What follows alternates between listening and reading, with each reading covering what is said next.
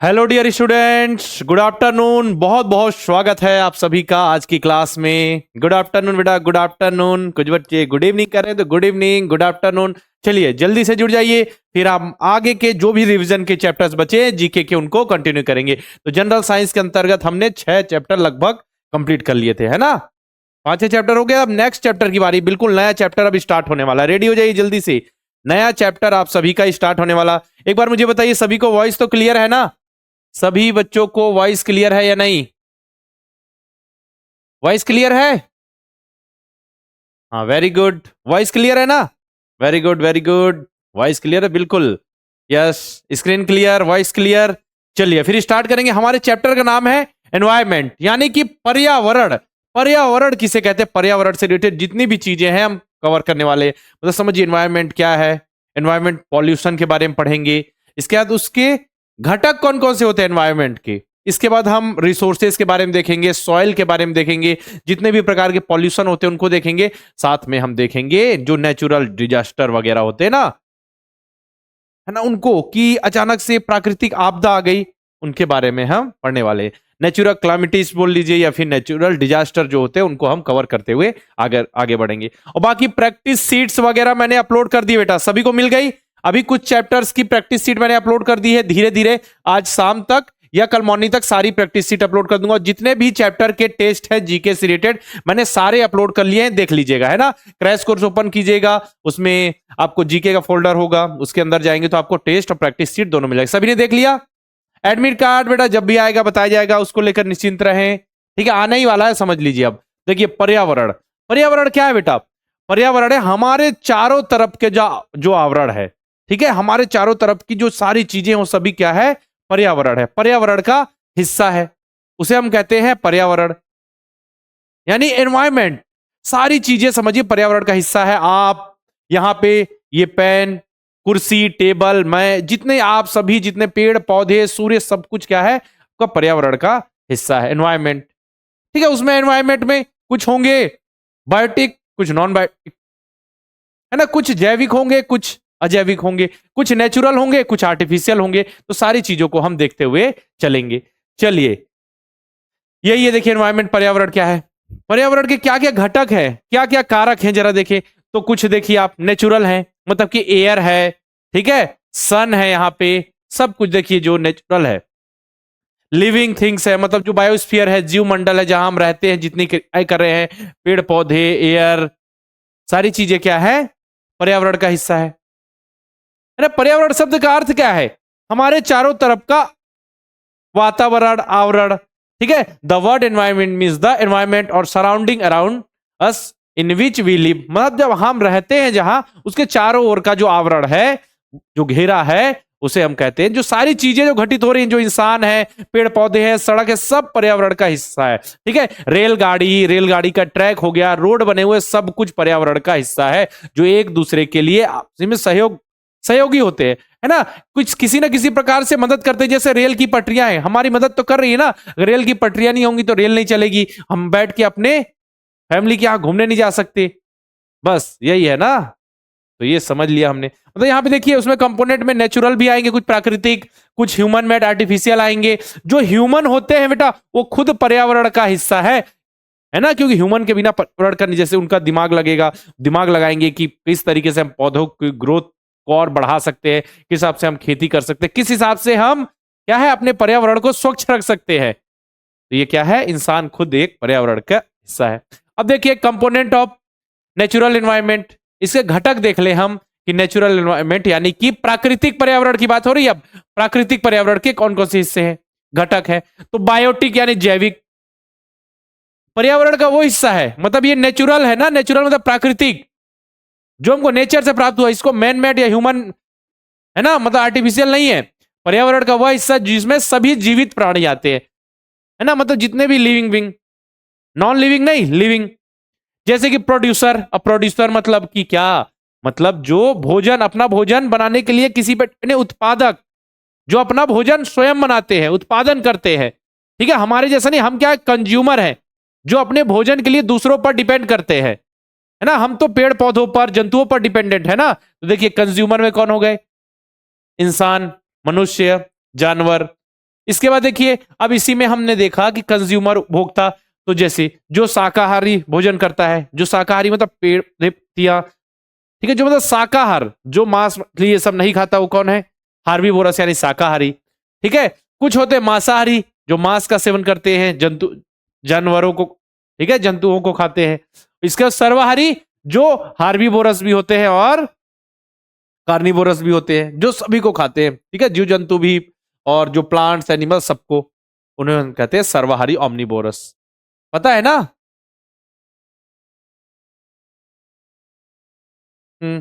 ठीक है, यस। चलिए, प्रियांक क्या दिक्कत है? इसके देखिए, डिकम्पोजर क्या होते हैं? डिकम्पोजर, डिकम्पोजर को कहते हैं हम अपघटक बेटा, अपघटक। जैसे ये भी ऑर्गेनिज्म होते हैं, सूक्ष्मजीव होते हैं, जो क्या करते हैं, जैसे जो बहुत समय से पेड़ पौधे जो खराब हो गए हैं, ठीक है, जो भी एनिमल है, जो उनकी बॉडीज है, वो जैसे जमीन में दब गई है, ठीक है, तो ये जो डिकम्पोजर होते हैं, उनमें क्रिया करके उसको पूरी तरीके से समाप्त कर देते हैं और वापस मिट्टी में मिला देते हैं, जिससे फिर मिट्टी की उर्वर जो क्षमता है वो बढ़ जाती है, उसमें पोषक तत्व मिल जाते हैं। समझ में आ रहा है ना? Organism that decompose dead plant and animals and return them into the soil. मतलब कि जो डिकम्पोजर होते हैं, ऐसे सूक्ष्म जीव होते हैं, जो जितने भी जो मृत पेड़ पौधे हैं, जो मर चुके हैं, डेड प्लांट्स हैं, एनिमल्स हैं, ठीक है, जो वगैरह जितने भी जो होते हैं ना, जितने भी जो लाश वगैरह हो गई या दबाया जाता है, उसको डिकम्पोज हमने जमीन में कर दिया, ठीक है, या फिर जो खोपड़ियां हड्डियां हो गई, उसको वापस से जो सूक्ष्म जीव होते हैं वो डिकम्पोज कर देते हैं और उसको मिट्टी में मिला देते हैं। ठीक है, जितने भी मृत पेड़ पौधे और जंतु होते हैं उनको डिकम्पोज कर दिया, वापस मिट्टी मिला दिया, जिससे मिट्टी की उर्वर क्षमता बढ़ गई, उनको पोषक तत्व मिल गए। जानते हैं ना? बिल्कुल। चलिए, इसके बाद अबायोटिक, मतलब देखिए, अब नेचुरल इन्वायरमेंट की बात करें, लेकिन उसमें अबायोटिक अजैविक, जो नेचर से है, ठीक है, जो पर्यावरण के घटक है, नेचर से भी, नेचुरल भी है, और अबायोटिक है, जिसमें जीवन नहीं होता, नॉन लिविंग, जैसे कि वाटर, ठीक है, सॉइल, सनलाइट। इसमें जीवन कहां होता है बेटा? इसमें जीवन कहां होता है? इसमें ग्रोथ कहां है? जीवन कहां है बताइए? नहीं, जिसमें जीवन होता है वो बायोटिक, और जिसमें जीवन नहीं है, जीवित प्राणी नहीं है, ये अजैविक, यानी कि अबायोटिक। देखिए, वह हिस्सा जिसमें सभी में जीवित प्राणी आता है, इसमें ये जो है ये गैर जीवित प्रणाली है, जैविक घटकों और जीवन की गतिविधियों को। और जी ये देखिए, नॉन लिविंग तो है ये, ठीक है, अजैविक है, अबायोटिक है, लेकिन ये जो भी बायोटिक है, ठीक है, जो जैविक है, उनके जीवन को पूरी तरीके से प्रभावित करते हैं। मान के चलिए, हमको हवा नहीं मिली तो बताइए सांस कैसे लेंगे, कैसे जिंदा रहेंगे? पानी नहीं मिला तो पानी के बिना जीवन संभव नहीं है। सनलाइट नहीं होगी तो ऊर्जा कहां से मिलेगी हमको, एनर्जी कहां से मिलेगी? तो एक दूसरे पर हम डिपेंडेंट है। समझ में आ रहा है ना सही बच्चों को? चलिए नेक्स्ट देखें। अब इकोसिस्टम क्या होता है बेटा? पारिस्थितिकी, पारिस्थितिक तंत्र, इकोसिस्टम उस समुदाय को कहते हैं जहां पे समझिए जो पेड़ पौधे हैं, ठीक है, मतलब जितने भी जैविक, जितने भी बायोटिक और नॉन बायोटिक, लिविंग और नॉन लिविंग जो भी चीजें हैं, वो एक दूसरे से इंटरेक्ट करती है, एक दूसरे की मदद करती है, एक दूसरे की मदद से उस एनवायरमेंट को तैयार करती हैं, ठीक है, उसे हम कहते हैं इकोसिस्टम, जहां सारी चीजें बैलेंस होती है। पोषक तत्व जितने भी न्यूट्रिएंट हैं, जितनी भी एनर्जी, उसका एक्सचेंज होता है एक दूसरे के बीच, मतलब एक संयोजन बना रहता है, जिस उसे कहते हैं हम इकोसिस्टम, पारिस्थितिकी। देखिए यहां लिखा भी हुआ है, an ecosystem define as the community in which organism में देखिए, ठीक है, मतलब कि यहाँ पे लिविंग जो भी है, प्लांट्स है, एनिमल है, माइक्रोऑर्गेनिज्म है। नॉन लिविंग में देखें तो नॉन लिविंग में एयर, वाटर, सॉइल, सनलाइट एक दूसरे से इंटरेक्ट करते हैं, एक दूसरे से इंटरेक्ट कर रहे हैं ना, हमको सूर्य से एनर्जी मिल रही है, ठीक है, हम पानी पी रहे हैं, हमको एनर्जी मिल रही है, तब कुछ कर पा रहे हैं। पानी पीने से क्या है, हमारी थकावट जा रही, बिना पानी के जीवन संभव है? हवा चल रही है तो हमको ऑक्सीजन मिल रही है। समझ रहे? एक दूसरे से इंटरेक्ट करें, एक दूसरे के हेल्प कर रहे हैं, एक प्रॉपर संयोजन बना हुआ है। ऐसा नहीं कि कभी कभी ये हो गया कि अचानक से गर्मी बढ़ गई, ग्लोबल वार्मिंग हो गया, ये नहीं ना, परिस्थिति की हमको एक मेंटेन करके चलना पड़ता हो। एक दूसरे के साथ मिलकर एक संतुलन बनाते हैं, एक समझिए एक बैलेंस, हाँ, एक बैलेंस मैकेनिज्म है जिसमें लिविंग और नॉन लिविंग दोनों ऑर्गेनिज्म बढ़िया से यहाँ पे रहते हैं, ग्रोथ करते हैं, एक दूसरे को पोषण का जो भी पोषक तत्व उसका आदान प्रदान करते हैं, ठीक है, इसे हम कहते हैं पारिस्थिति। पारिस्थितिकी इकोसिस्टम, ये एक इकोसिस्टम है जिसमें सभी रहते हैं, एक इकोसिस्टम में सभी, लिविंग नॉन लिविंग सभी।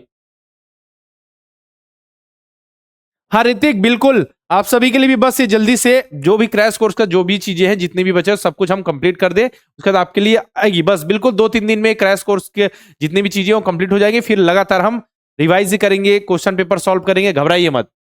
चलिए नेक्स्ट। अब देखिए फूड चेन क्या होता है, फूड चेन आपने देखा होगा, फूड चेन में क्या हो रहा है, एनर्जी का फ्लो हो रहा है एक एनिमल से दूसरे एनिमल में। अब food chain is sequence that so that it वो एन इकोसिस्टम, मतलब एक खाद्य श्रृंखला क्या है कि पारिस्थितिक तंत्र में कौन किसको खाता है, एक जगह से एनर्जी ट्रांसफर हो रही है, यहां पे क्या होती है, एनर्जी ट्रांसफर होती है बेटा, एनर्जी ट्रांसफर होती है। ठीक है, जैसे मान के चलिए यहां ग्रास है यानी कि घास है, अब घास को किसने खाया, टिड्डे ने, ग्रास हॉपर ने। अब टिड्डे को किसने खाया, मेढक ने। मेढक को किसने खाया, सांप ने। सांप को किसने खाया, बाज ने। तो इस तरीके से फूड चेन चल रही है ना, एनर्जी का एक्सचेंज हो रहा है बेटा, एनर्जी एक से दूसरे में पहुंच रही है, ये हो गई फूड चेन। चलिए देखिए अब उसी चीज को, अब यहां पे क्या हो रहा है बेटा, देखिएगा पहले ये समझिए, पहले आप यहां पे ये समझ लीजिए क्या है प्रोड्यूसर। प्रोड्यूसर मतलब उत्पादक, इसे कहते हैं हम उत्पादक, जो अपना भोजन स्वयं बनाते हैं, किसी पे डिपेंडेंट नहीं रहते। ठीक है, प्लांट्स जैसे हो गए, ठीक है, ग्रास ट्रीज, ये सभी क्या है, इसके अंतर्गत आते हैं, ये सभी आते हैं आपके उत्पादक के अंतर्गत। अब ये जो पेड़ पौधे हैं उनको कौन खाएंगे, ग्रास हॉपर, काऊ, गाय, टिड्डे। ठीक है, ये क्या होते हैं, ये उपभोक्ता होते हैं, मतलब कि पेड़ पौधों भोजन को उपभोग करते हैं, खाते हैं। तो ये हो गए प्राइमरी कंज्यूमर, मतलब प्राथमिक उपभोक्ता।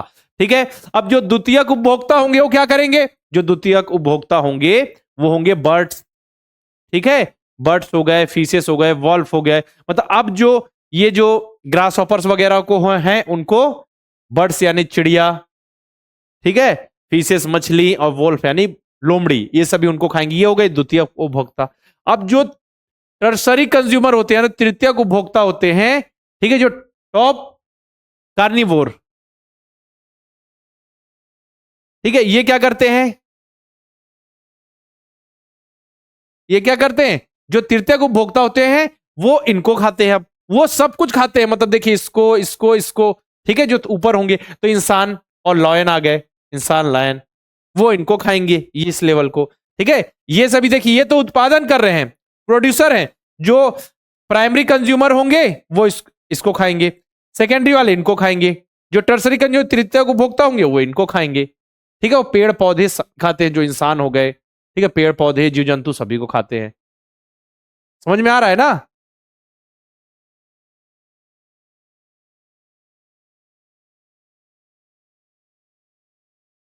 हाँ, जैसे कि पेड़ पौधे प्रकाश संश्लेषण की क्रिया से अपना भोजन बना रहे हैं, ठीक है, ये क्या है, प्रोड्यूस कर रहे हैं, मतलब कि खाना जो उत्पादक है उत्पादन कर रहे हैं। अब जो खाना उत्पादन हुआ उसको प्राइमरी कंज्यूमर, यही तो लेवल होता है ना, जैसे जैसे एल्गी है, ये एल्गी क्या है, ये प्रोड्यूसर है, उत्पादक है, इन्होंने अपना भोजन बनाए, पेड़ पौधे प्रकाश संश्लेषण की, ठीक है, से अब उसको स्मॉल फिशेस खा गई, किसने, स्मॉल फिश, ये कोई क्या होगा, ये स्मॉल फिश ने खाया तो ये प्राइमरी कंज्यूमर, ठीक है, प्राइमरी, ये सेकेंडरी, उसको लार्ज फिश ने खा लिया, फिर ये टर्सरी, इसका जो ईगल हो जाएगा वो टॉप कंज्यूमर हो जाएगा। ठीक है, उच्च उपभोक्ता, मतलब जो भी चीज हो रहा है उसको सीक्वेंस वाइज खाते जा रहे हैं ना, ये तो उत्पादन हो गया, ये तो उत्पादक हो गया। पहले जैसे कि पेड़ पौधे बन रहे हो तो उसको तो अब ऐसा तो नहीं है कि कोई बना रहा है, ठीक है, प्रकाश संश्लेषण की क्रिया से वो अपना भोजन अब कर रहे हैं, ठीक है, उनको इन्होंने खा लिया, इसको इसने खा लिया, उनको एनर्जी वहां से मिल गई, इनको एनर्जी इनको खा के मिली, बड़े फिश छोटी फिश को खा लिए, बर्ड्स ने छोटी फिश को बड़ी फिश को खा लिया। इसके बाद देखिए बड़ी फिश, आप ऐसा बोल लीजिएगा, वेल मछली से कंपेयर मत कीजिएगा, समझ में आया। ठीक है, अब देखिए ईगल है, ये टॉप कंज्यूमर है, अब जो टॉप कंज्यूमर होंगे अब वो मर जाएंगे, सड़ जाएंगे, गल जाएंगे, तब उनको जो अपने अपघटक होंगे, यानी कि डिकम्पोजर होंगे, वो क्या करेंगे, इनको डिकम्पोज कर देंगे, वापस से मिट्टी में मिला देंगे। अब वापस से मिट्टी में मिला देंगे, फिर से क्या होगा, उसमें पोषक तत्व न्यूट्रिएंट आएंगे, फिर से पेड़ पौधे उग जाएंगे और फिर से वही फूड चेन चलती रहेगी। अगर फूड चेन को डिस्टर्ब किया तो फिर समझिए इकोसिस्टम डिस्टर्ब हो जाएगा। अगर फूड चेन डिस्टर्ब हुआ तो इकोसिस्टम डिस्टर्ब हो जाएगा। हाँ, आज गेस्ट पेपर डीडी सर कराएंगे, ठीक है। चलिए नेक्स्ट, अब देखिए वही चीज है, जैसे यहां सनलाइट है, सूर्य का प्रकाश, ठीक है। जो प्रोड्यूसर ने सूर्य के प्रकाश की उपस्थिति में, प्रोड्यूसर मतलब उत्पादक, ठीक है, भोजन बनाया। फिर हार्बीवोरस जो शाकाहारी हो गए, इन्होंने पेड़ पौधे को खा लिया, ठीक है। अब जो कार्निवोरस हो गए, उन्होंने क्या किया, ये जो इसको खा लिया। फिर टॉप कार्निवोरस हो गए, उन्होंने इसको खा लिया। बस ये सीक्वेंस चलता है। जैसे यहां पे देखिए, यहां पे पत्तियां किसने खाया, कैटरपिलर, जो इल्ली होती है, इल्ली को किसने खाया, बर्ड ने, ठीक है। बर्ड को किसने खाया, कैट ने। बस इतना ही है, समझ में आ गया ना। बस इतना ही सा प्रोसेस है, कौन किसको खा रहा है ये हम उसमें देख रहे हैं।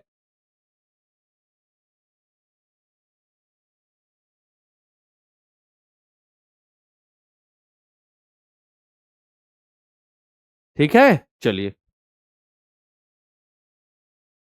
क्लियर है सही बच्चों को। यहां पे बस देखिए कौन किसको खा रहा है, यही फूड चेन है बेटा। एनर्जी का एक्सचेंज ऐसा ही होता है। मान के चलिए वो इन सभी को खा रहे तब उनको एनर्जी मिल रही है। इस तरीके से फूड चेन चलती रहती है। अगर मान चलिए फूड चेन में से कोई एक ही गायब हो जाए, कोई एक गायब हो जाए तो उनको भोजन नहीं मिलेगा, एनर्जी का एक्सचेंज नहीं होगा, तो भी सबके ऊपर उसका प्रभाव पड़ेगा। एक इकोसिस्टम पे है ना, एक सिस्टम है, एक सिस्टम के अनुसार चीजें चल रही हैं। ओके, चलिए नेक्स्ट। अब इसमें देख लीजिए वही है, producer, primary consumer, secondary, tertiary, है ना। तो जैसे पेड़ पौधे हो गए, पेड़ पौधे को किसने खाया, गाय ने। जो टिड्डे हो गए, टिड्डे को किसने खाया, बर्ड्स ने, फिश ने, ठीक है, लोमड़ी ने। हाँ मतलब वही। इसके बाद उनको किसने खाया। अब लोमड़ी आप मत बोलिएगा कि इंसान ने खा लिया, नहीं, शेर। तो शेर जो हो गए वो टर्सरी कंज्यूमर में आ गए, टॉप कंज्यूमर में ऊपर, है ना। जैसे कि हार्बीवोरस शाकाहारी, इसके बाद कार्निवोरस मांसाहारी, और ओमनीवोरस जो शाकाहारी यानी सर्वाहारी जो सब खाते हैं। देखिए वही सीक्वेंस है इधर, पेड़ पौधे को हिरण को शेर ने, इसे देखिए पेड़ पौधे को टिड्डे ने, फिर मेढक ने, मेढक को सांप ने, सांप को बाज ने। इधर पेड़ पौधे को इसमें किसने खाया, इसको क्या बोलते हैं, बिच्छी ने। इसके बाद ये हो गया आपका बिच्छू हो गया, इसका मछली ने, मछली को बतख है या कब जैसा बतख है, ठीक है। चलिए नेक्स्ट, ये इंपॉर्टेंट चैप्टर बेटा, क्वेश्चन आएंगे, याद रखिए इंपॉर्टेंट चैप्टर है, क्वेश्चन आने ही है। चलिए नेक्स्ट, अब देखते हैं डोमेन, पर्यावरण के क्षेत्र। अब देखिए आपने सुना होगा लिथोस्फीयर, हाइड्रोस्फीयर, बायोस्फीयर और एटमॉस्फेयर। लिथोस्फीयर क्या होता है, लिथोस्फीयर मतलब स्थल मंडल, जहां पे सरफेस होता है, भूमि होता है, परत होती है, हार्ड लेयर होती है, सतह होती है, जहां हम रहते हैं, जहां पे खनिज मिलते हैं, समझ में ना आ गया। चलिए लिथोस्फीयर। हाइड्रोस्फीयर जहां पे पानी ही पानी होता है, हाइड्रो जल मंडल, पृथ्वी का वो भाग जहां पे जल की मात्रा होती है, ठीक है। बायोस्फीयर क्या होता है, जहां पे लिथोस्फीयर, हाइड्रोस्फीयर और एटमॉस्फेयर के बीच का एक कॉम्बिनेशन वाली जगह, जहां पे सारी चीजें हमारे लिए उपलब्ध हो, जहां पे जीवन हो, उसे बायोस्फीयर कहते हैं। और एटमॉस्फेयर क्या होता है, एटमॉस्फेयर हमारे जो सरफेस से ऊपर एक गैस की लेयर होती है, पृथ्वी के ऊपर एक गैस की लेयर होती है जिसमें सारी गैसेस होती है, इसे हम कहते हैं वायुमंडल, है ना। जैसे कि अब आप पढ़ेंगे कि एटमॉस्फेयर में समताप मंडल, क्षोभ मंडल, है ना, यही सब बिल्कुल पढ़ेंगे। स्ट्रेटोस्फीयर, मिजोस्फीयर, सारी चीजों को हम, ट्रोपोस्फीयर, एक्सोस्फीयर, सारी चीजों को कवर करेंगे। चलिए अब देखते हैं। अब देखिए पहले लिथोस्फीयर, तो क्या है, पृथ्वी का जो अर्थ का जो सॉलिड पार्ट होता है ना, मतलब ये जो भूपर पट्टी होती है ना, जब हम इंटीरियर को पढ़ते हैं तो देखिए पृथ्वी की जो सतह है उसके अंदर जाएंगे तो भूपर पट्टी, फिर मेंटल, इसके बाद फिर कोर होता है ना। तो बस, तो जो ऊपर का जो हार्ड लेयर होती है, जो सरफेस होती है, उसे हम स्थल मंडल कहते हैं। The solid portion of the earth is called lithosphere.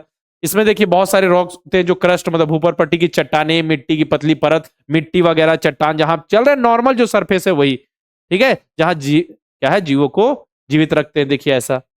इसका देखिए हाइड्रोस्फीयर, मतलब पानी की बात हो रही है, ठीक है। जलमंडल में क्या, पानी के सभी रूप, ठीक है, पानी अलग अलग रूपों में पाया जाएगा, जैसे महासागरों में, नदियों में, झीलों में, ठीक है, ग्लेशियर में, बर्फ के रूप में, भूमिगत जल, ठीक है, जल वाष्प, मतलब जलमंडल मतलब कि पृथ्वी का वो हिस्सा जहां जल जाता है। जैसे आपको बताया ना, पृथ्वी में जितना भी जो क्षेत्रफल है, ठीक है, टोटल कितने प्रतिशत हिस्से में पानी है? 3/4, मतलब लगभग 71% हिस्से में पानी ही है।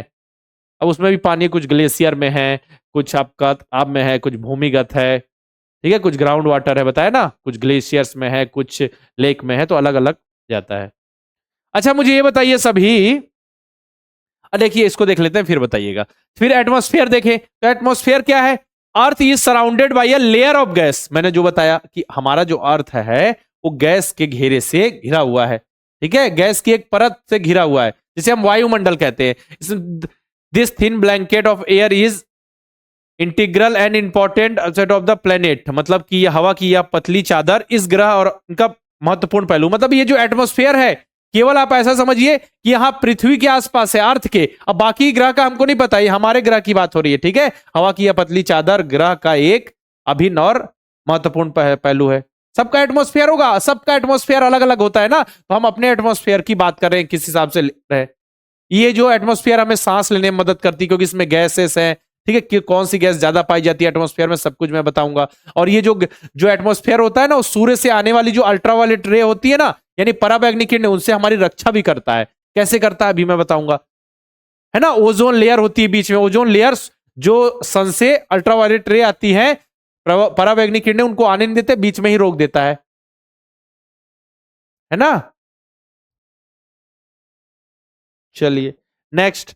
अब देखिए बायोस्फीयर मतलब जैव मंडल, बायोस्फीयर मतलब जीव मंडल, जैव मंडल जो बोल लीजिए आप, ठीक है। मतलब समझिए ये आपका भूमि, जल और वायु के बीच संपर्क का संकीर्ण क्षेत्र है, मतलब जहां पे जीवन संभव है, जहां पे सतह भी है, सरफेस भी है, वाटर भी, एयर है, मतलब एक कॉम्बिनेशन जहां हम रहते हैं, ठीक है, उसे हम कहते हैं जैव मंडल। जहां जीने के लिए उचित परिस्थितियां होती हैं जीवन जीने के लिए, है ना, उसे हम कहते हैं जैव मंडल।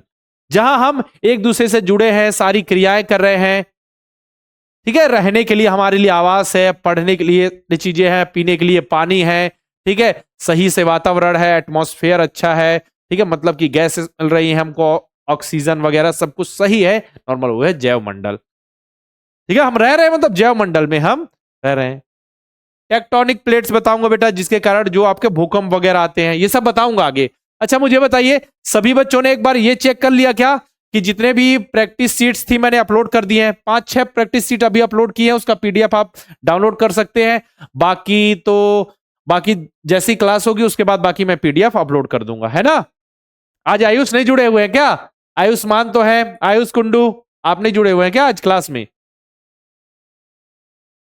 इसके बाद देखिए आगे, तो ये देखिए एटमॉस्फेयर, वायुमंडल क्या है, तो वायुमंडल बता दिया, गैस की एक लेयर है, गैस की एक लेयर है। इसमें देखिए अगर पूछा जाए कि वायुमंडल एटमॉस्फेयर में सबसे ज्यादा कौन सी गैस पाई जाती है, तो सबसे ज्यादा पाई जाती है गैस कौन सी? नाइट्रोजन, 78%।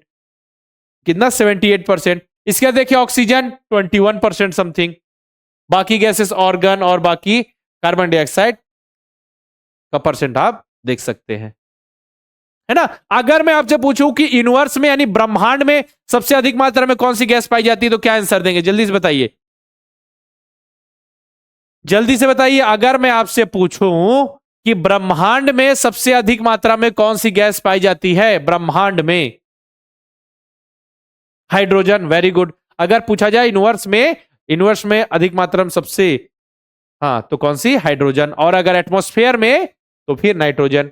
बाकी देखिए स्ट्रक्चर ऑफ अलग अलग, जो हमारा जो वायुमंडल है यानी एटमॉस्फेयर है, उसकी संरचना देख लें, वायुमंडल की संरचना। तो वायुमंडल की संरचना हम देखें, जो एटमॉस्फेयर है उसको 5 लेयर में हमने डिवाइड किया है। कितने? 5 लेयर में। एक है आपका ट्रोपोस्फियर, ठीक है, फिर स्ट्रेटोस्फियर, मीजोस्फियर, थर्मोस्फियर और एक्सोस्फियर। ट्रोपोस्फियर मतलब क्षोभ मंडल, जो पृथ्वी के सरफेस से कुछ ऊंचाई पर होता है, ज्यादा नहीं, कुछ ऊंचाई पे पहली परत होती है। जैसे ये मान लीजिए सरफेस है, तो यहां से ये ट्रोपोस्फियर कुछ किलोमीटर में, ठीक है, फिर स्ट्रेटोस्फियर, मीजोस्फियर, थर्मो, एक्सोस्फियर और ऊपर, ठीक है। उन्हीं के बारे में देखें तो ट्रोपोस्फियर क्या होता है बेटा? यह वायुमंडल की सबसे महत्वपूर्ण परत है। इसकी ऊंचाई कितनी होती है? जमीन से यानी सरफेस से लगभग 13 किलोमीटर, ठीक है, कम ज्यादा भी होती है, लगभग 13 माना जाता है। यहां पे देखिए जितने भी जो वेदर फिनोमिना होता है, ठीक है, मतलब कि आपका बारिश हो रही है, बिजली चमक रही है, ठीक है, मौसम से संबंधित जितनी घटना, बिजली का चमकना तो नहीं, यहाँ पे बिजली का चमकना यहां नहीं होता, यहाँ मौसम संबंधी जैसे कि वर्षा हो गया, ठीक है, रेनिंग हो गई, फॉग हो गया, ये सभी मौसम से संबंधित जितनी घटनाएं होती हैं, वेदर फिनोमिना जितना भी होता है, ये होता है आपका क्षोभ मंडल में, ट्रोपोस्फियर में। अब देखिए उससे ऊपर चले, स्ट्रेटोस्फियर, या वायुमंडल की सबसे महत्वपूर्ण परत, तो सबसे ज्यादा महत्वपूर्ण ये वाली है। देखिए ये सबसे नजदीक की है, ये भी महत्वपूर्ण है, लेकिन ये वाली जो है इसमें इसलिए महत्वपूर्ण हो जाती है स्ट्रेटोस्फियर। लेकिन आपका ऐसा क्वेश्चन नहीं आएगा कौन सी महत्वपूर्ण, फिर तो आप कंफ्यूज हो जाएंगे ना।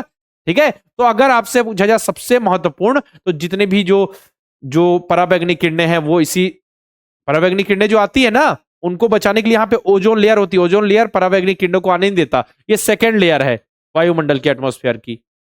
ठीक है, तो ओजोन परत जो होती है बेटा मुख्य रूप से समताप मंडल में स्थित है, स्ट्रेटोस्फीयर में। मतलब समझिए उसका जो 90% हिस्सा है बेटा वो आपका स्ट्रेटोस्फीयर में है, और 10% हिस्सा आपका ट्रोपोस्फीयर, मतलब कि ट्रोपोस्फीयर के ऊपर, और पूरी तरीके से ये स्ट्रेटोस्फीयर में ये ओजोन लेयर पाई जाती है। ओजोन लेयर का क्या काम है, जो पृथ्वी से अल्ट्रावायलेट रे आ रही है, मतलब कि सन से जो परावैंगनिक किरणें आ रही हैं जो हमारे सेहत के लिए, स्किन के लिए हानिकारक है, उनको रोकती है।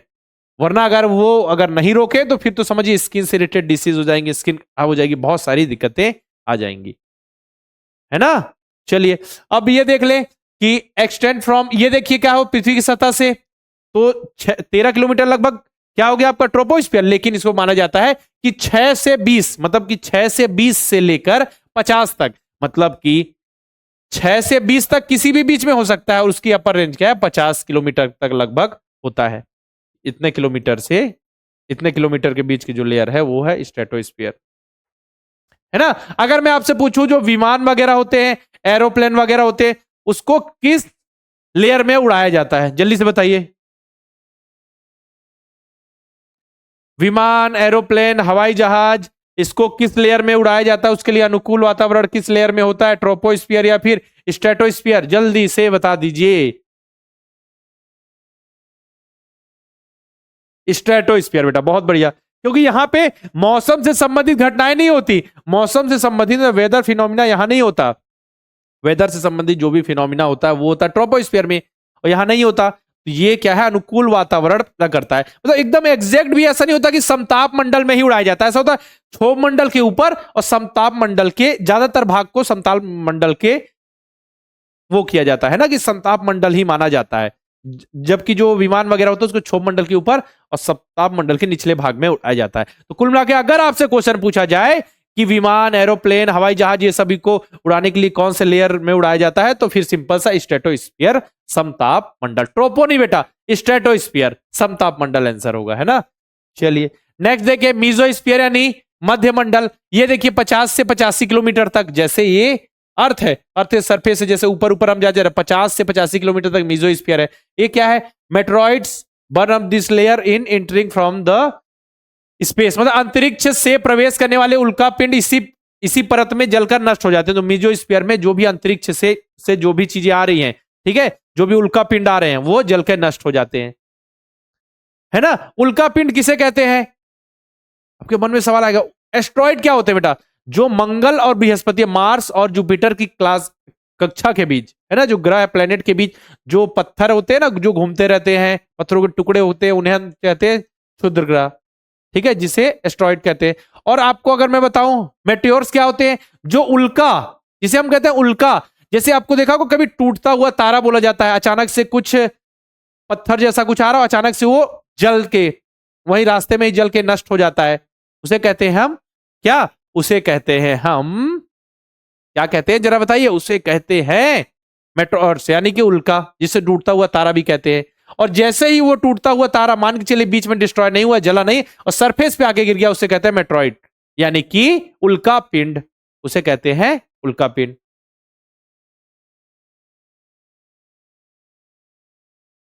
ठीक है, चलिए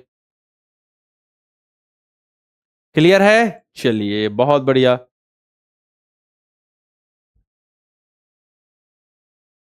नेक्स्ट थर्मोस्फियर, ये जिसे कहते हैं बाह्य मंडल या फिर ताप मंडल, बाह्य वायुमंडल या फिर तापमंडल, बाह्य वायुमंडल या तापमंडल। तो ये देखिए 85 से 600 किलोमीटर तक फैला हुआ है। यहाँ पे जितने भी जो रेडियो ट्रांसमिशन वगैरह होते हैं ना, इसी लेयर में होते हैं। बाकी देखिए इसी में आयन मंडल होता है, आयनोस्फीयर। आयन मंडल जो आयनोस्फीयर होता है कोई अलग से लेयर नहीं है, ये भी क्या है इसका, ये आपका थर्मोस्फीयर का ही पार्ट है। ठीक है, इसमें क्या होते हैं, विद्युत आवेशित कण पाए जाते हैं जिसे आयन कहा जाता है। विद्युत और चुंबकीय जैसे घटनाएं, कॉस्मिक किरणें, विद्युत चमक आदि इसी मंडल में घटित होती हैं। Electricity charge particle are found in it which are called ions. Electrical and magnetic phenomena like cosmic rays, lightning वगैरह इसी लेयर में होते हैं। ठीक है ना, याद रखिएगा। हाँ, ये सब पूछा जा सकता है बेटा, है ना, कितनी लेयर है। ठीक है, अगर पूछ लिया जाए कि जो रेडियो ट्रांसमिशन किस लेयर में होता है तो आपको बताना है, पूछा जा सकता है, रेडी रहना है। ठीक है, एक्सोस्फीयर बहिर्मंडल, मतलब सबसे ऊपरी परत होती है। यहां हवा बहुत पतली होती है, 500 से 10,000 किलोमीटर तक फैला रहता है। इस परत में हीलियम और हाइड्रोजन जैसी हल्की गैसें तैरती हैं। ठीक है ना, हीलियम और हाइड्रोजन जैसी पतली गैसें तैरती हैं। हाँ, अभी जो सबसे जरूरी होगा मैं बताऊंगा, ये हो गई 5 लेयर। कौन कौन सी लेयर पड़ी, ट्रोपोस्फियर, स्ट्रेटोस्फियर, इसके बाद मीजोस्फियर, इसका थर्मोस्फियर, थर्मोस्फियर के बाद एक्सोस्फियर। ठीक है, ये हो गए 5 लेयर। अब लेयर के बाद नेक्स्ट बारी है एनवायरमेंटल पॉल्यूशन की। तो पॉल्यूशन किसको पता है, पॉल्यूशन क्या होता है, पर्यावरण प्रदूषण क्या होता है, जरा सा मुझे बताइए, जल्दी से मुझे बताइए। मैं देख रहा हूं सभी बच्चों के कमेंट कि पर्यावरण, हाँ पर्यावरण पॉल्यूशन, सॉल्यूशन नहीं पॉल्यूशन।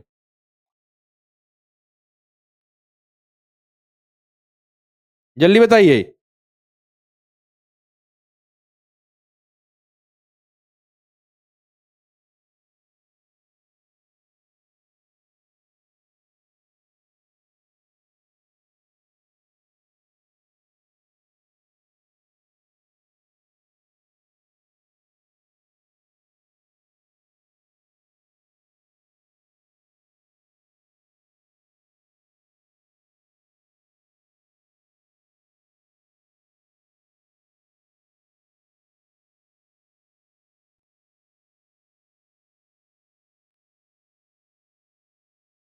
हाँ, पॉल्यूशन मतलब कि समझिए उसमें ऐसी चीजों का मिल जाना जिससे वो गंदा हो जा रहा है। ठीक है, जैसे जल में अब दूषित पदार्थ, गंदे पदार्थ मिल गए, ऐसी गैसेस मिल गई जो सेहत के लिए सही नहीं है, तो जल का प्रदूषण हो गया। ठीक है, मिट्टी में भी वैसे ही अपशिष्ट पदार्थ मिल गए, ऐसे मिल गई जो भी हमने फर्टिलाइजर्स वगैरह ऐसे यूज कर लिए, रासायनिक वगैरह यूज कर लिए, जिससे वो मिट्टी खराब हो गई। नॉइस पॉल्यूशन मतलब ज्यादा नॉइस हो गई जिसके कारण पॉल्यूशन हो रहा है।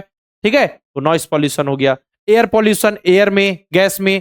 ठीक है, जो भी जो हमने चिमनियां वगैरह से धुआं ला रहे हैं, जो बाइक वगैरह से जो धुआं निकल रहा है, ठीक है, ये सभी वायु प्रदूषण के कारण बनते हैं। मतलब वायु, पर्यावरण, जो हमारे आसपास का जो वातावरण है, पर्यावरण है, ठीक है, उसको अगर हम किसी भी चीजों से, किसी भी हानिकारक पदार्थों से दूषित कर रहे हैं, खराब कर रहे हैं, तो उसे हम कहेंगे पॉल्यूशन। सिंपल सी बात है। ठीक है, environmental pollution is the condition when harmful substance such as chemical, dust, smoke, plastic waste enter our environment। मतलब हमारे पर्यावरण में इन हार्मफुल यानी कि हानिकारक पदार्थों का प्रवेश हो जाता है, जिससे जो यहां रहने वाले जीव जंतु हैं, ठीक है, पेड़ पौधे हैं, ठीक है, सभी पर इसका प्रभाव पड़ता है। यहां तक कि जो सन है, एयर है, ठीक है, वाटर है, उस पर भी इसका पूरा पूरा इफेक्ट पड़ता है। मतलब उससे मनुष्य का, हमारा जीवन, सभी का जीवन अस्त व्यस्त हो जाता है।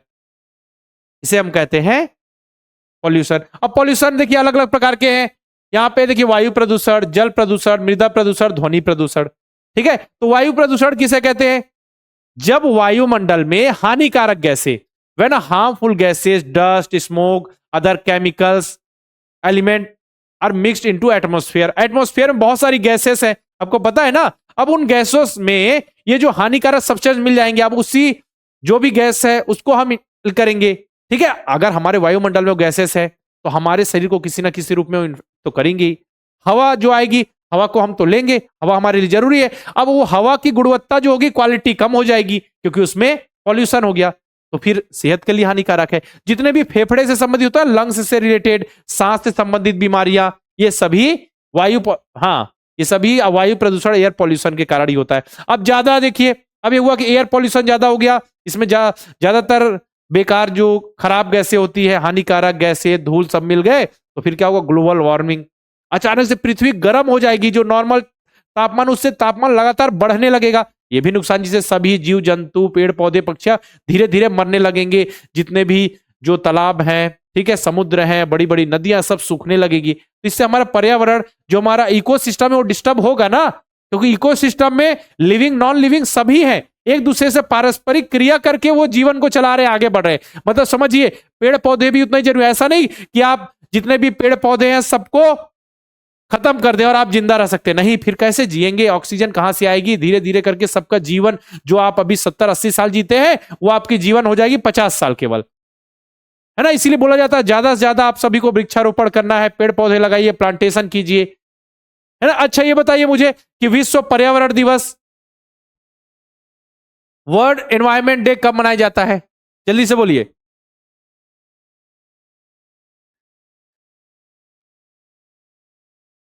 जल्दी से बताइए, पर्यावरण दिवस कब मनाया जाता है?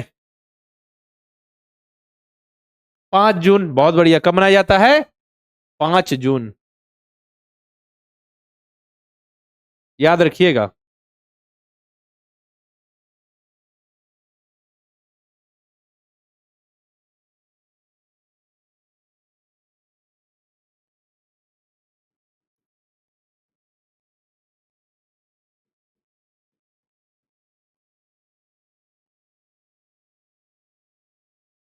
5 जून को मनाया जाता है एनवायरमेंट डे, विश्व पर्यावरण दिवस।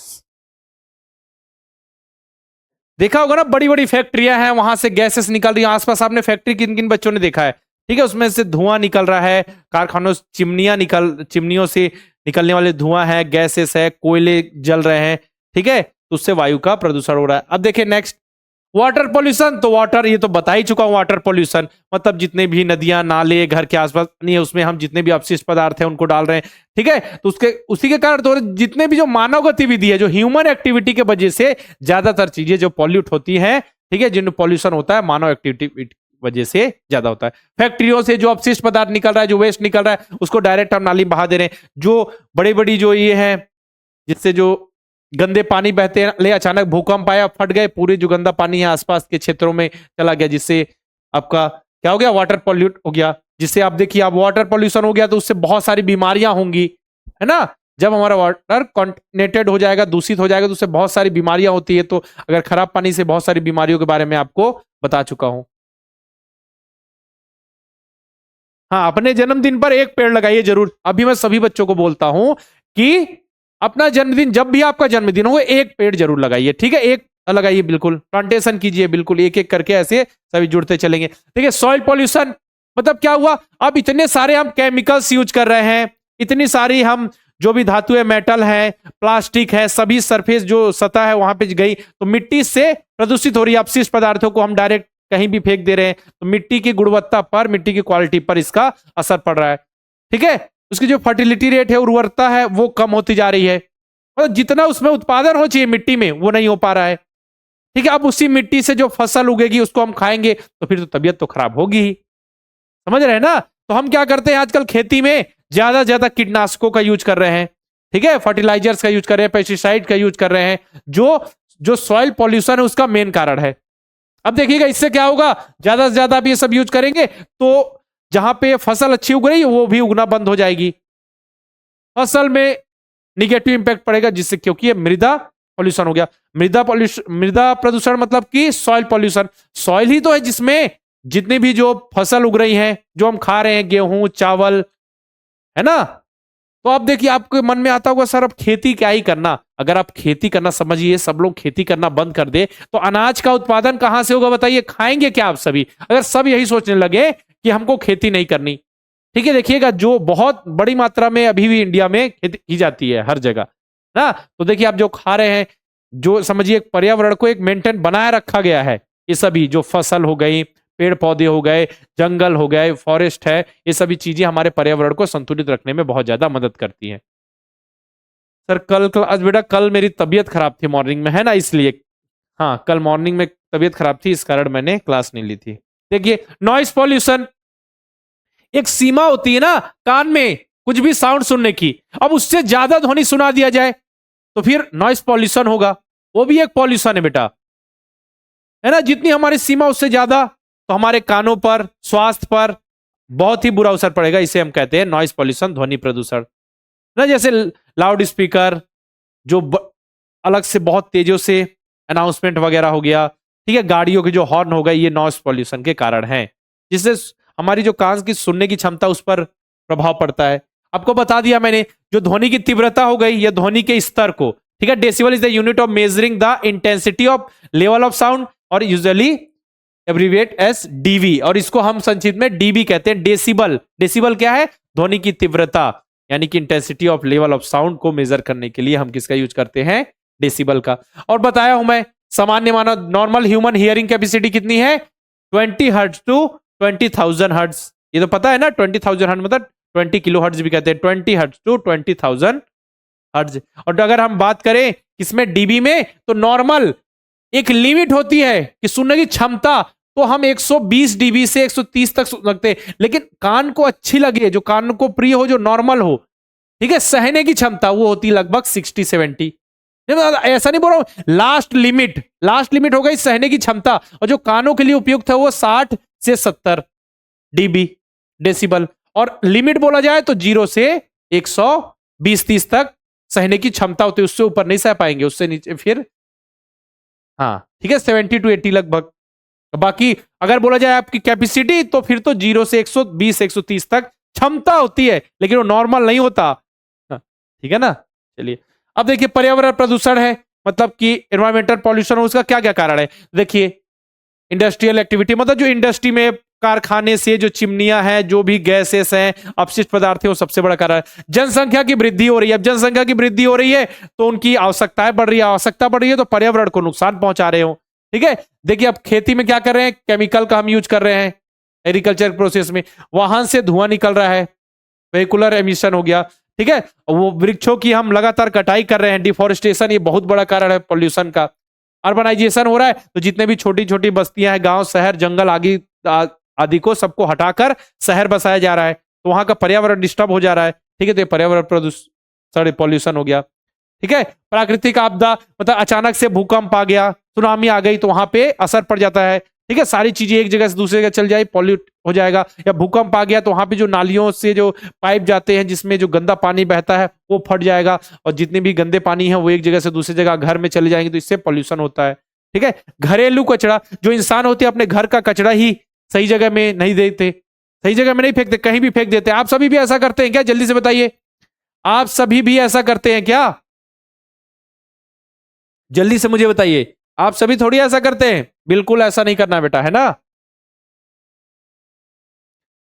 आप सभी जितना भी जो वेस्ट मटेरियल होता है, कचरा होता है, उसको एक जगह, जहां पे, है ना, डिब्बे बने होते हैं, जहां पे कचरा फेंकने, वहां रखिए। ऐसा ना मत कीजिए कहीं भी फेंक देंगे, फिर बाद में आप ही को नुकसान होगा। देख लीजिए, आप सभी तो छोटे छोटे हैं अभी, बिल्कुल, और अभी आपको बहुत जीवन जीना है। अगर आप ही पॉल्यूशन करेंगे तो बाद में जीवन जीना मुश्किल हो जाएगा बेटा।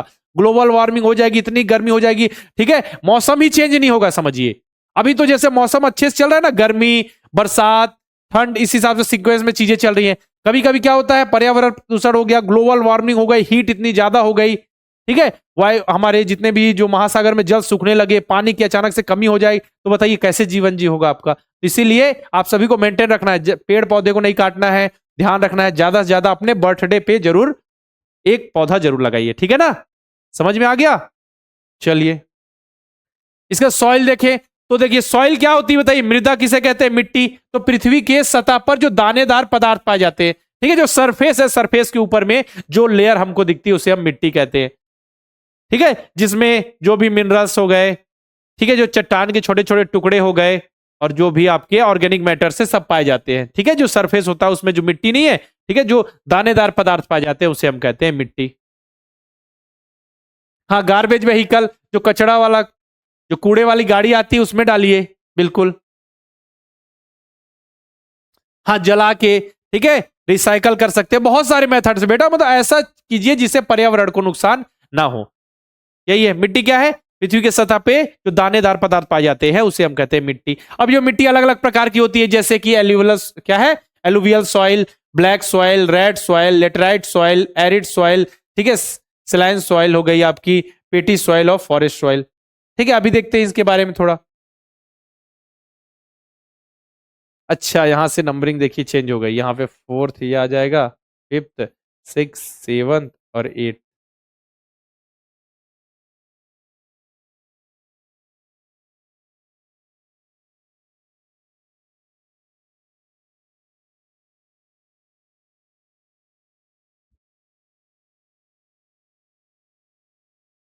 हाँ, इसका देख माउंटेन सॉइल भी पढ़ लेंगे इसमें, है ना, क्या माउंटेन सॉइल।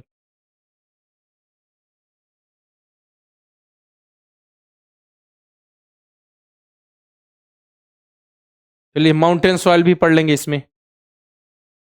ठीक है, अब देखिए एलुवियल सॉइल मतलब जलोढ़ मिट्टी, तो सबकी कुछ ना कुछ विशेषता होती है बेटा, ठीक है, क्वालिटी होती है, उनके बारे में पढ़े। तो जलोढ़ मिट्टी जो होती है, एलुवियल सॉइल होती है, ये क्या होती है, उत्तरी मैदानों और नदी घाटों में व्यापक रूप से पाई जाती है। देश के कुल क्षेत्रफल का लगभग 40% हिस्सा है ये मिट्टी कवर करती है। ठीक है, दे आर डिपोजिशनल सॉइल, मतलब कि ये मिट्टी है जो नदियों द्वारा बहा के जाती है, निक्षेपित की जाती है, जैसे नदी और जो झरने होते हैं ना, अचानक से बहा कर लाते हैं सरफेस को, ठीक है, तो जो मिट्टी जमा हो जाती है उसे हम कहते हैं एलुवियल सॉइल यानी जलोढ़ मिट्टी। इसकी देखिए वाटर होल्डिंग कैपेसिटी मतलब जल धारण की जो क्षमता होती है वो उच्च होती है, जो जलोढ़ मिट्टी होती है। समझ में आ रहा है ना। और इसमें देखिए मुख्यतः धान, गेहूं, गन्ना, दलहन और तिलहन जैसी फसलें के लिए उपयुक्त होती है वाली मिट्टी है। तो ना कि मिट्टी के अलग अलग प्रकार है, इस वाली मिट्टी में ये फसल बहुत अच्छे से होगा, सुना होगा ना। हाँ, प्रियंका कह रही है, प्रियांक पाल कह रहे हैं गाड़ी वाला आया घर से कचड़ा निकाल। ठीक, वेरी गुड।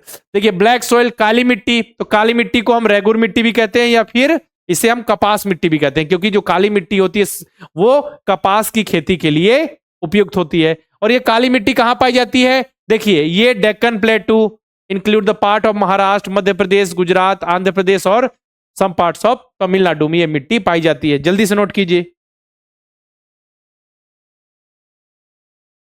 ये कपास की खेती के लिए बेटा, कॉटन की खेती के लिए, कॉटन कल्टीवेशन के लिए बहुत इंपॉर्टेंट मिट्टी है।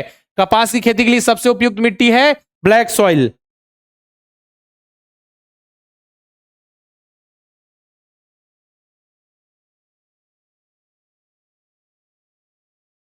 है ना।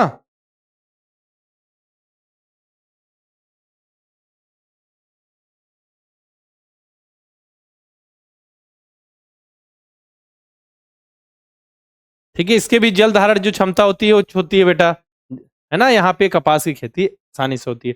देखिए ऐसी दिखती है जैसे कि वो वाली मिट्टी एलुवियल सॉइल ऐसी, ठीक है। काली मिट्टी देखिए इस तरीके से। इसका रेड और येलो सॉइल मतलब लाल पीली मिट्टी जो होती है, तो लाल पीली मिट्टी है ये किसके लिए, देखिए मध्यम उपजाऊ होती है, ठीक है, मतलब इसकी फर्टिलिटी होती है मीडियम होती है, ठीक है। इसमें कपास, मूंगफली और बाजरा, दाल आदि के लिए ये उपयुक्त होती है। Red soil develop on crystalline igneous rock in the area of low rainfall, मतलब जहां पे कम वर्षा वाला क्षेत्र होता है, ठीक है, eastern and southern part of Deccan प्लेटू, Deccan पठार के पूर्वी दक्षिणी भाग में कम वर्षा वाले क्षेत्रों में क्रिस्टली आग्नेय चट्टानों पर लाल मिट्टी विकसित होती है। देखिए in rich in iron oxide and lack nitrogen, phosphorus and humus, मतलब इसमें ज्यादा जो आयरन ऑक्साइड होता है वो ज्यादा होता है, पर नाइट्रोजन और फास्फोरस और ह्यूमस की कमी होती है। ठीक है, चलिए नेक्स्ट लेटराइट मिट्टी। लेटराइट मिट्टी भी कुछ लाल जैसी दिखेगी आपको, है ना।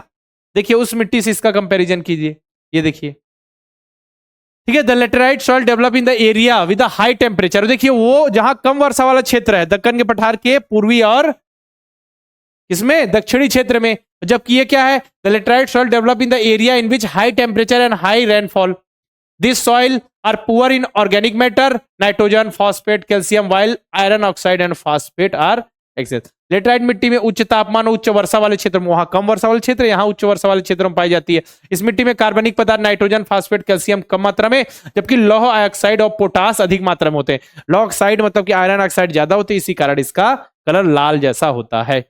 नेक्स्ट देखिए एरिड सॉइल यानी मरुस्थलीय या शुष्क मिट्टी, ठीक है। मतलब एरिड सॉइल क्या होता है, जल्दी से बताइए।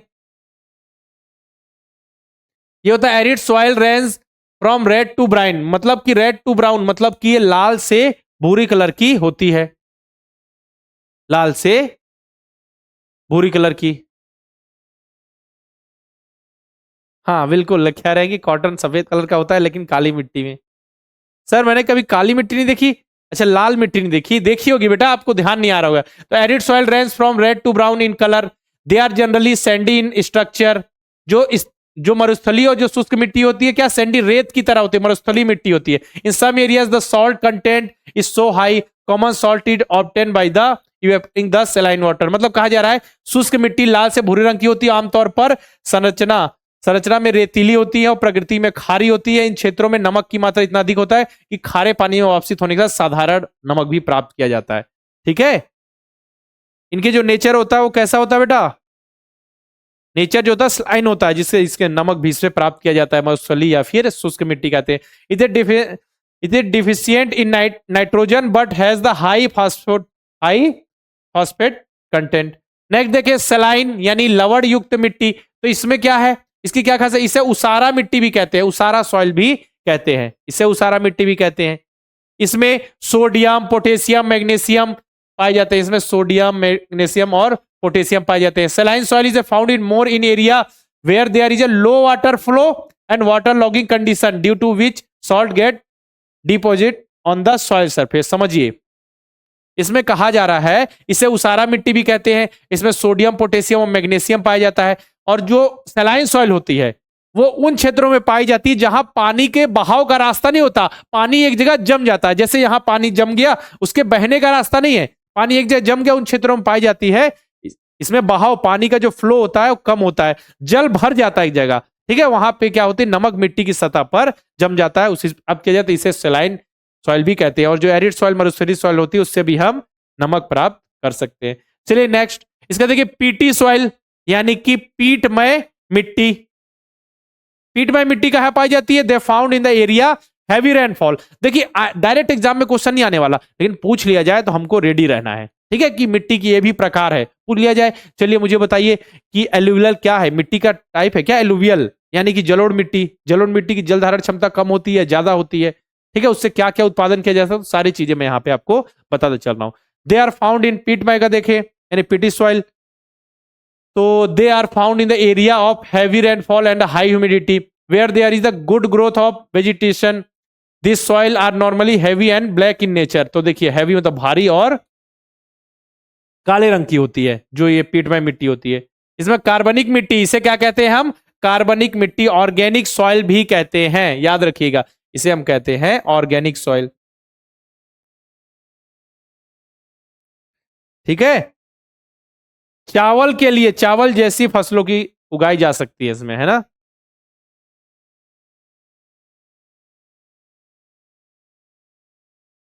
हाँ चलिए नेक्स्ट, नेक्स्ट आगे बढ़ते हैं, आगे बढ़े। चलिए नेक्स्ट क्या है, फॉरेस्ट सॉइल। फॉरेस्ट सॉइल मतलब जो जंगलों में, वन।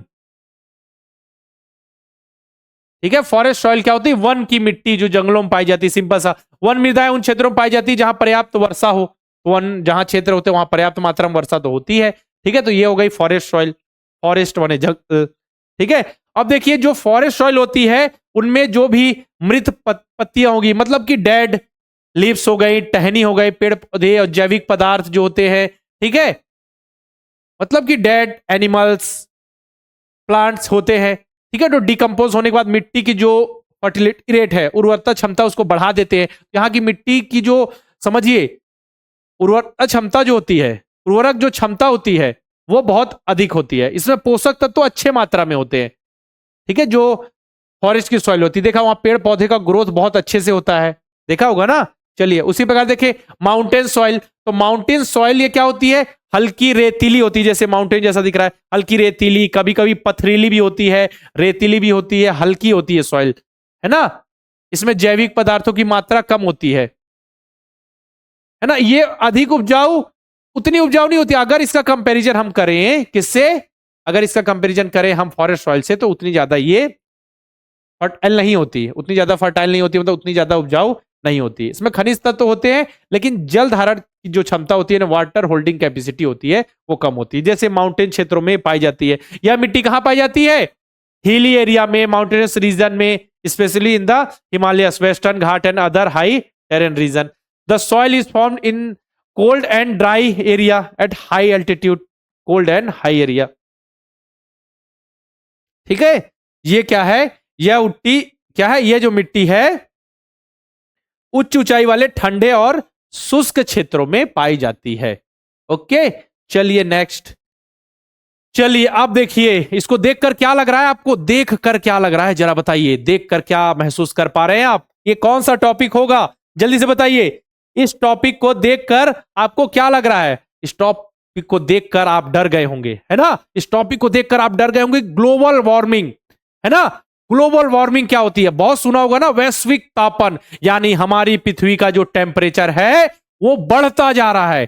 क्या होता जा रहा है, बढ़ता जा रहा है। अब उसी को पढ़ेंगे, कैसे बढ़ता जा रहा है हमारे पृथ्वी का टेम्परेचर। हमने ग्रीन हाउस इफेक्ट पढ़ा है, क्या होता है ग्रीन हाउस इफेक्ट, ठीक है, green house effect, green house प्रभाव क्या है, ग्लोबल वार्मिंग क्या है, इसके बाद हम देखेंगे कि एसिड रेन क्या है, सब कुछ हम यहां पे क्लियर करेंगे। ठीक है ना, तो ग्रीन हाउस प्रभाव क्या होता है बेटा, ग्रीन हाउस प्रभाव सिंपल से ये समझिए आप, ग्रीन हाउस इफेक्ट कि एक छोटा सा जैसे कांच का ऐसा घर जैसा बना दिया जाता है, या फिर ये ट्रांसपेरेंट जो प्लास्टिक आती है ना पन्नी, उसका कुछ ऐसा बना दिया जाता है, जिसमें क्या होता है, ग्लोबल जो ग्रीन हाउस इफेक्ट है, इसमें हम उष्मा को ले लेते हैं लेकिन उष्मा को निकलने नहीं देते। जैसे ये ठंड के समय में ज्यादा होता है, जैसे पेड़ पौधों को हमको उगाना होता है जिसमें पर्याप्त मात्रा में हमको उष्मा की, ठीक है, सनलाइट की जरूरत पड़ती है, तो हम क्या करते हैं, दिन में सनलाइट ले लेते हैं, एब्जॉर्ब कर लेते हैं, लेकिन उष्मा को जाने नहीं देते। हम इस तरीके से इसको रेडी करते हैं, ठीक है, कांच के घर को, कि उसमें उष्मा का तो अवशोषण होता है, उष्मा एब्जॉर्ब होगी जो हीट होगी, लेकिन हीट को हम जाने नहीं देंगे, ठीक है, तो उस हीट का उपयोग कर लिया जाता है। ये क्या है, ग्रीन हाउस इफेक्ट। ये पॉजिटिव और निगेटिव दोनों इफेक्ट डालता है। मतलब समझिए, जो उष्मा आ रही है उसको सरफेस पे रोकने के लिए कुछ गैसेस होती होंगी जो ग्रीन हाउस इफेक्ट में मदद करती हैं। समझ रहे हैं ना। अब मान के चलिए पूरी हीट आई और सतह से, सरफेस से टकरा के वापस चली गई, तो यहां जीवन संभव है क्या, बताइए, जीवन ही संभव नहीं है। और ऐसा हुआ कि जो सन से, ठीक है, सन से हीट आ रही है, सन से हीट आ रही है और पूरी हीट यहां रुक गई, तो गर्मी एकदम से, तापमान टेम्परेचर बढ़ जाएगा।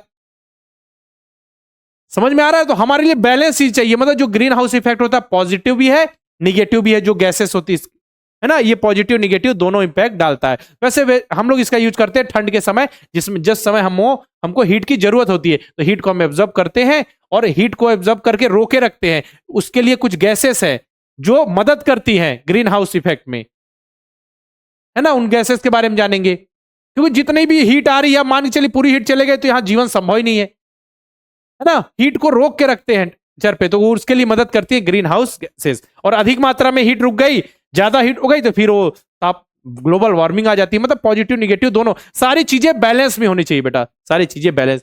देखिए, the green house effect is the natural occurring phenomena that is responsible for the heating the earth surface and atmosphere. Green house प्रभाव एक स्वाभाविक रूप से होने वाली घटना है, ठीक है, स्वाभाविक रूप से तो हो ही रही है। जो ग्रीन हाउस का इफेक्ट है स्वाभाविक, जो नेचुरल तो होता ही है, साथ में हम इसको आर्टिफिशियल कांच का घर बना के भी करते हैं, हीट को एब्जॉर्ब करते हैं। ऐसी गैसेस होती है जो इसको रोक के रखती है, उष्मा को बाहर जाने नहीं देती, ये सब हम करते हैं। इसका पॉजिटिव निगेटिव दोनों इफेक्ट है। अगर अधिक मात्रा में हीट हो गई सब जगह, एटमॉस्फेयर और सरफेस में, तो फिर ज्यादा गर्मी हो जाती है, देखा है ना, ठीक है। इसलिए सब कुछ एकदम बैलेंस होना चाहिए। तो पृथ्वी के सतह को वायुमंडल की हीटिंग के लिए जिम्मेदार है। कौन कौन सी गैसेस है, कार्बन डाइऑक्साइड, ठीक है, ग्रीन हाउस इफेक्ट के लिए मीथेन, नाइट्रस ऑक्साइड, क्लोरोफ्लोरोकार्बन और ओजोन। देखिए क्या हो रहा है, सन से हीट आ रही है, ठीक है, सन से हीट आ रही है, सन से हीट आई, देखिए ऐसे आ रही है, ये देखिए, ये हीट आई अब टकरा के वापस जा रही है। और जो ग्रीन हाउस गैसेस हैं, ये उनको वहां पे रोक के रखती है, जो है, हाँ, रोकने में मदद करती है जितना हमको जरूरी है। सर हमको क्यों डरा रहे हो, अच्छा चलिए नेक्स्ट। ग्लोबल वार्मिंग क्या है। अब ग्लोबल वार्मिंग आपने इतना सुना होगा, मुझे बताइए, जल्दी से बताइए, ग्लोबल वार्मिंग क्या है। वैश्विक गर्मी, मतलब देखा होगा आपने, पृथ्वी का जो एवरेज टेम्परेचर है वो लगातार बढ़ता जा रहा है। इसका रीजन क्या है, इसका रीजन है पॉल्यूशन, पेड़ों की कटाई लगातार हम कर रहे हैं, पर्यावरण को संतुलन नहीं रख रहे हैं, केवल हम अपने फायदे के लिए लगातार पर्यावरण को नुकसान पहुंचाते जा रहे हैं, जिससे टेम्परेचर मेंटेन नहीं हो पा रहा है ना, टेम्परेचर बढ़ता ही जा रहा है। ग्लोबल वार्मिंग का अर्थ है पृथ्वी के एवरेज टेम्परेचर में लगातार वृद्धि। ठीक है, मुख्य रूप से क्या होता है, इसका मेन होता है जो ह्यूमन एक्टिविटी होती है, वो सबसे बड़ा कारण है। ठीक है, इसमें लगातार जो तापमान में वृद्धि हो रही है, इसके लिए ग्रीन हाउस गैसेस, है ना, देखिए यह तापमान में वृद्धि, ग्रीन हाउस गैसों के उत्सर्जन, जैसे green house gases carbon dioxide, ठीक है, मीथेन, नाइट्रस ऑक्साइड के कारण होती है। समझ में आ रहा है ना?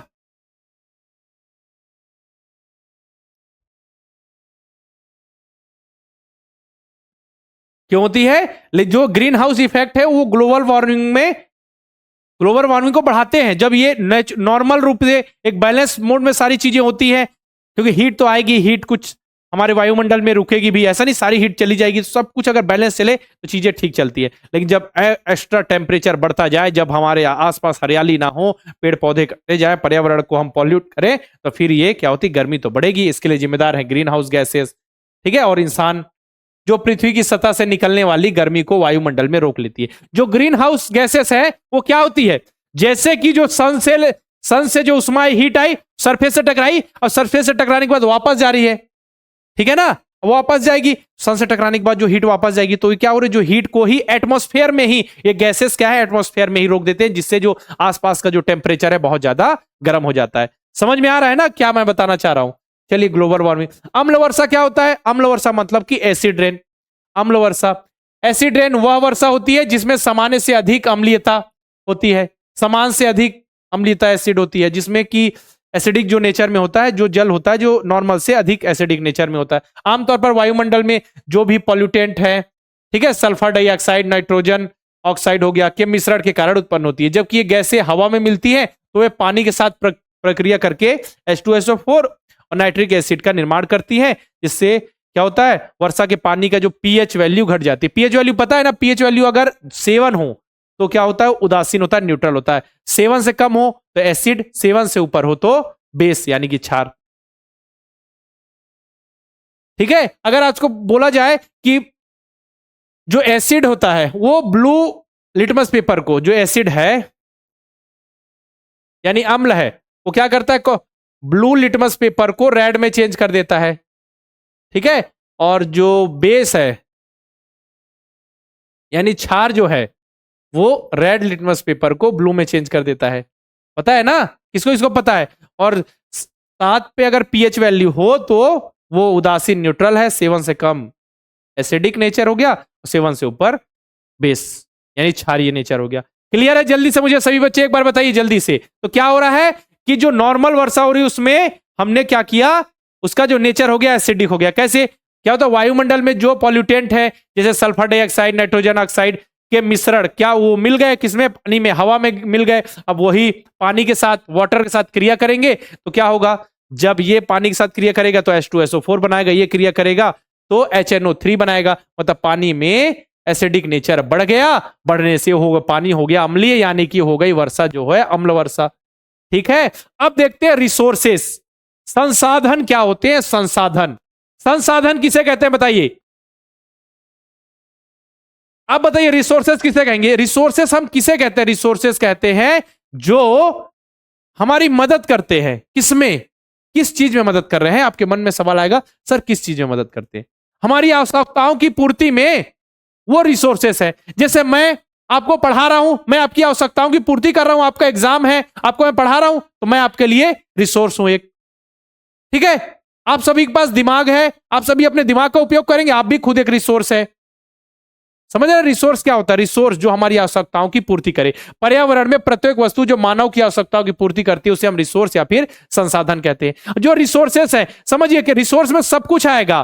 ठीक है, रिसोर्स में आपका सन हो गया, ठीक है, वाटर हो गया, एयर हो गया, सड़कें हो गई, इंसान हो गए, ठीक है, पेड़ पौधे हो गए, कुर्सी हो गई, टेबल हो गया, पेन हो गया, ये बोर्ड हो गया, ये भी रिसोर्स है। हर चीज रिसोर्स है बेटा, जो आपकी आवश्यकताओं की पूर्ति कर रहा है। जैसे ये बोर्ड है, ये मेरी आवश्यकताओं की पूर्ति कर रहा है, मैं इसमें लिखना चाहता हूं, ये मेरी आवश्यकताओं की पूर्ति करता है, मैं आपको पढ़ाना चाहता हूं तो मैं इसमें पढ़ा सकता हूं। है ना? हाँ, अभी जो चैप्टर है स्पोर्ट्स और डिफेंस का वो मैं पढ़ा दूंगा, घबराई मत, 2-3 दिन में सब कंप्लीट। तो समझिए हमने क्या देखा कि रिसोर्सेज क्या है, जो नेचुरल भी है, मानव निर्मित भी है, खुद मानव एक रिसोर्स है, आर्टिफिशियल, नेचुरल और नो।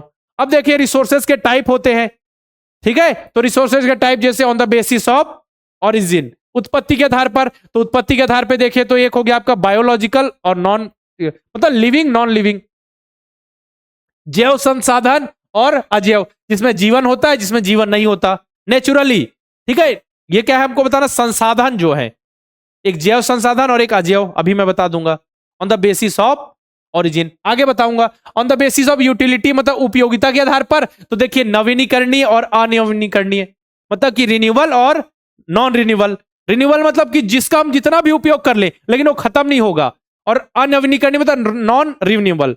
जैसे जिस चीज, जैसे पेट्रोलियम है, जिसका हम ज्यादा उपयोग करें तो पेट्रोलियम खत्म हो जाएगा, नेचुरल गैसेस से ज्यादा उपयोग करें तो खत्म हो जाएगा, बनने में बहुत ज्यादा समय लग जाएगा। रिन्यूएबल मतलब जैसे सनलाइट हम लेते रहे, या हमको पानी, वो क्या है, या एयर है, ये रिन्यूअल है, रिन्यू होता जाएगा, बनता जाएगा, खत्म नहीं होगा। समझ में आ रहा है ना?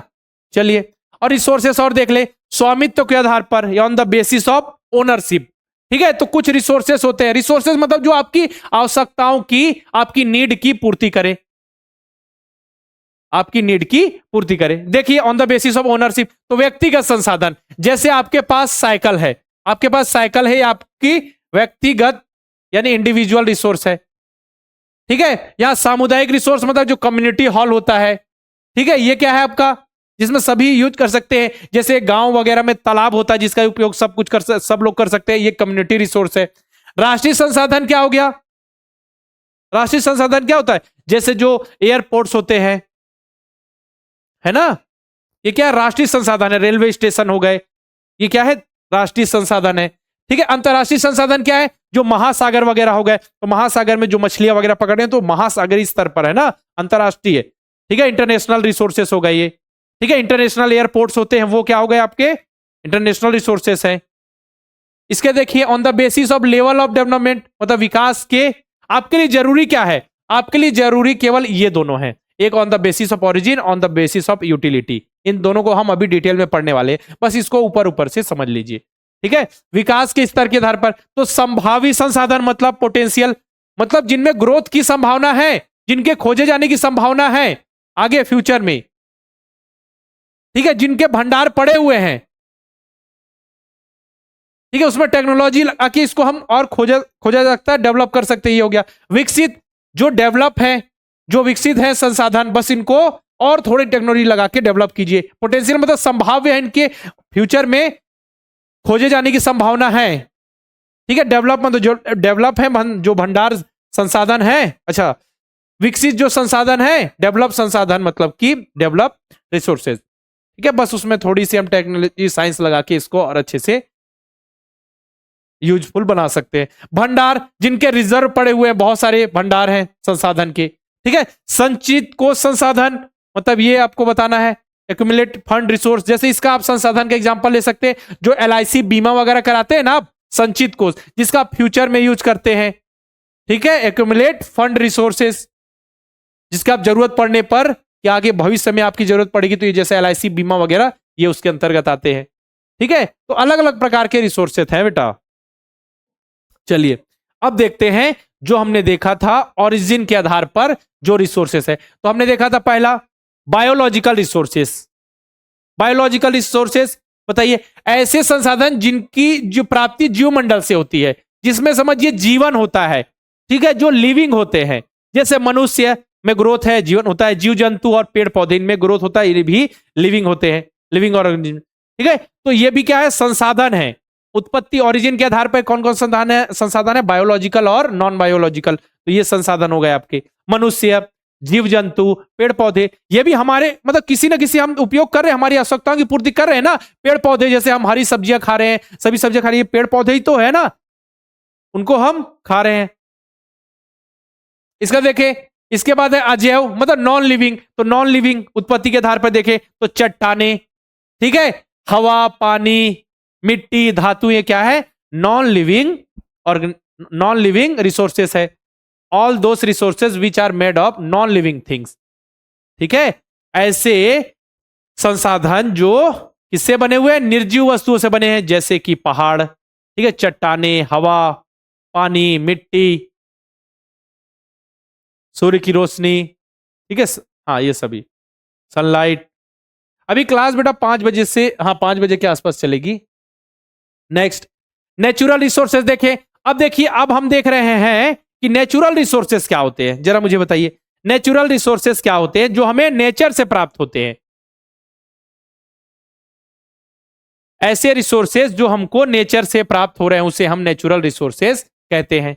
समझ में आ रहा है? नेचुरल रिसोर्सेज किसे, जो हमें नेचर से मिल रहे हैं, जैसे कि वायु, जल, बिना अधिक संशोधन किए, मतलब नेचर से डायरेक्ट जो मिल रहा है, जिसको हम ले रहे हैं, जो हमारी आवश्यकताओं की पूर्ति कर रहा है। तो प्राकृतिक रूप से उपलब्ध संसाधन जिनका हम उपयोग मानव द्वारा बिना किसी संशोधन के, मतलब बिना किसी मॉडिफिकेशन के हम करते हैं। जैसे वायु को आप ऐसा करते हैं क्या, फिल्टर करके फिर लेंगे हम वायु, ऐसा तो नहीं होता। ठीक है, कुछ रिसोर्सेज ऐसे आर्टिफिशियल रिसोर्सेज जिसमें आप मॉडिफाई करके आप यूज करते हैं। समझ में आ रहा है ना, वही है। फिर नेक्स्ट देखिए, अब नेचुरल रिसोर्सेज जो होते हैं बेटा, ठीक है, यूटिलिटी, जैसे उपयोगिता के आधार पर, यहां पे हमने देखा कि उपयोगिता के आधार पर, क्या बोला मैंने कि उपयोगिता के आधार पर दो प्रकार के होते हैं, रिन्यूएबल और नॉन रिन्यूएबल। ठीक है, हमने जैव और अजैव देख लिया, बायोलॉजिकल, नॉन। नेचुरल रिसोर्सेज क्या, जो डायरेक्ट नेचर से प्राप्त हो रहे हैं, जिन रिसोर्सेज का यूज हम अपनी आवश्यकताओं की पूर्ति के लिए, अपने नीड की को फुलफिल करने के लिए करते हैं, जैसे एयर, ठीक है, वाटर, एयर वाटर हो गया आपका, इसके बाद फिर सनलाइट हो गया। ठीक है, अब जो नेचुरल रिसोर्सेस होते हैं वो दो भागों में डिवाइड होते हैं। ठीक है, प्राकृतिक संसाधन जो होते हैं दो भागों में डिवाइड होते हैं। कुछ संसाधन ऐसे होते हैं जो मैन मेड होते हैं, ठीक है, मतलब कि हाँ मनुष्य द्वारा बनाए जाते हैं। बहुत सारे संसाधन जैसे कुर्सी, टेबल वगैरह, ये सब, ये भी तो रिसोर्सेस ही है ना, इसमें हम बैठेंगे। ठीक है, रिसोर्सेस है, ये रिसोर्सेस है ना, हमारी आवश्यकताओं की पूर्ति कर रहे हैं, जो भी हमारी आवश्यकता की पूर्ति करे वो रिसोर्सेस है। ठीक है, जैसे मैंने बताया, मैं आपके लिए रिसोर्स हूं, मैं आपको पढ़ा रहा हूं ना, आपकी आवश्यकता क्या है, एग्जाम की तैयारी, मैं एग्जाम की तैयारी करा रहा हूं। बोलिए, सभी बच्चों को क्लियर है? अब देखिए, जो नेचुरल रिसोर्सेज है वो दो टाइप के होते हैं, या फिर इसको आप कह सकते हो उपयोगिता के आधार पर दो प्रकार के रिसोर्सेज होते हैं। कौन कौन से? रिन्यूएबल और नॉन रिन्यूएबल। रिन्यूएबल मतलब जिसको वापस से हम रिन्यू कर सके, है ना, जैसे पेड़ पौधे, जो बायोस्फीयर होता है, जितने भी, ठीक है, जो पेड़ पौधों का हो गया, सन हो गया, जो सनलाइट आ रही है, वाटर है, ठीक है, एयर है, इसको रिन्यू किया जा सकता है। जबकि ये जैसे कुछ नॉन रिन्यूएबल है, जैसे मिनरल्स है, ज्यादा यूज कर लिया, ज्यादा अधिक मात्रा में, तो इनके भंडार खत्म हो जाएंगे। ठीक है, बनने में बहुत समय लगेगा। कोयला हो गया, सॉइल हो गया, ये सभी को बनने में समय लगेगा अगर एक बार खत्म हो गया तो।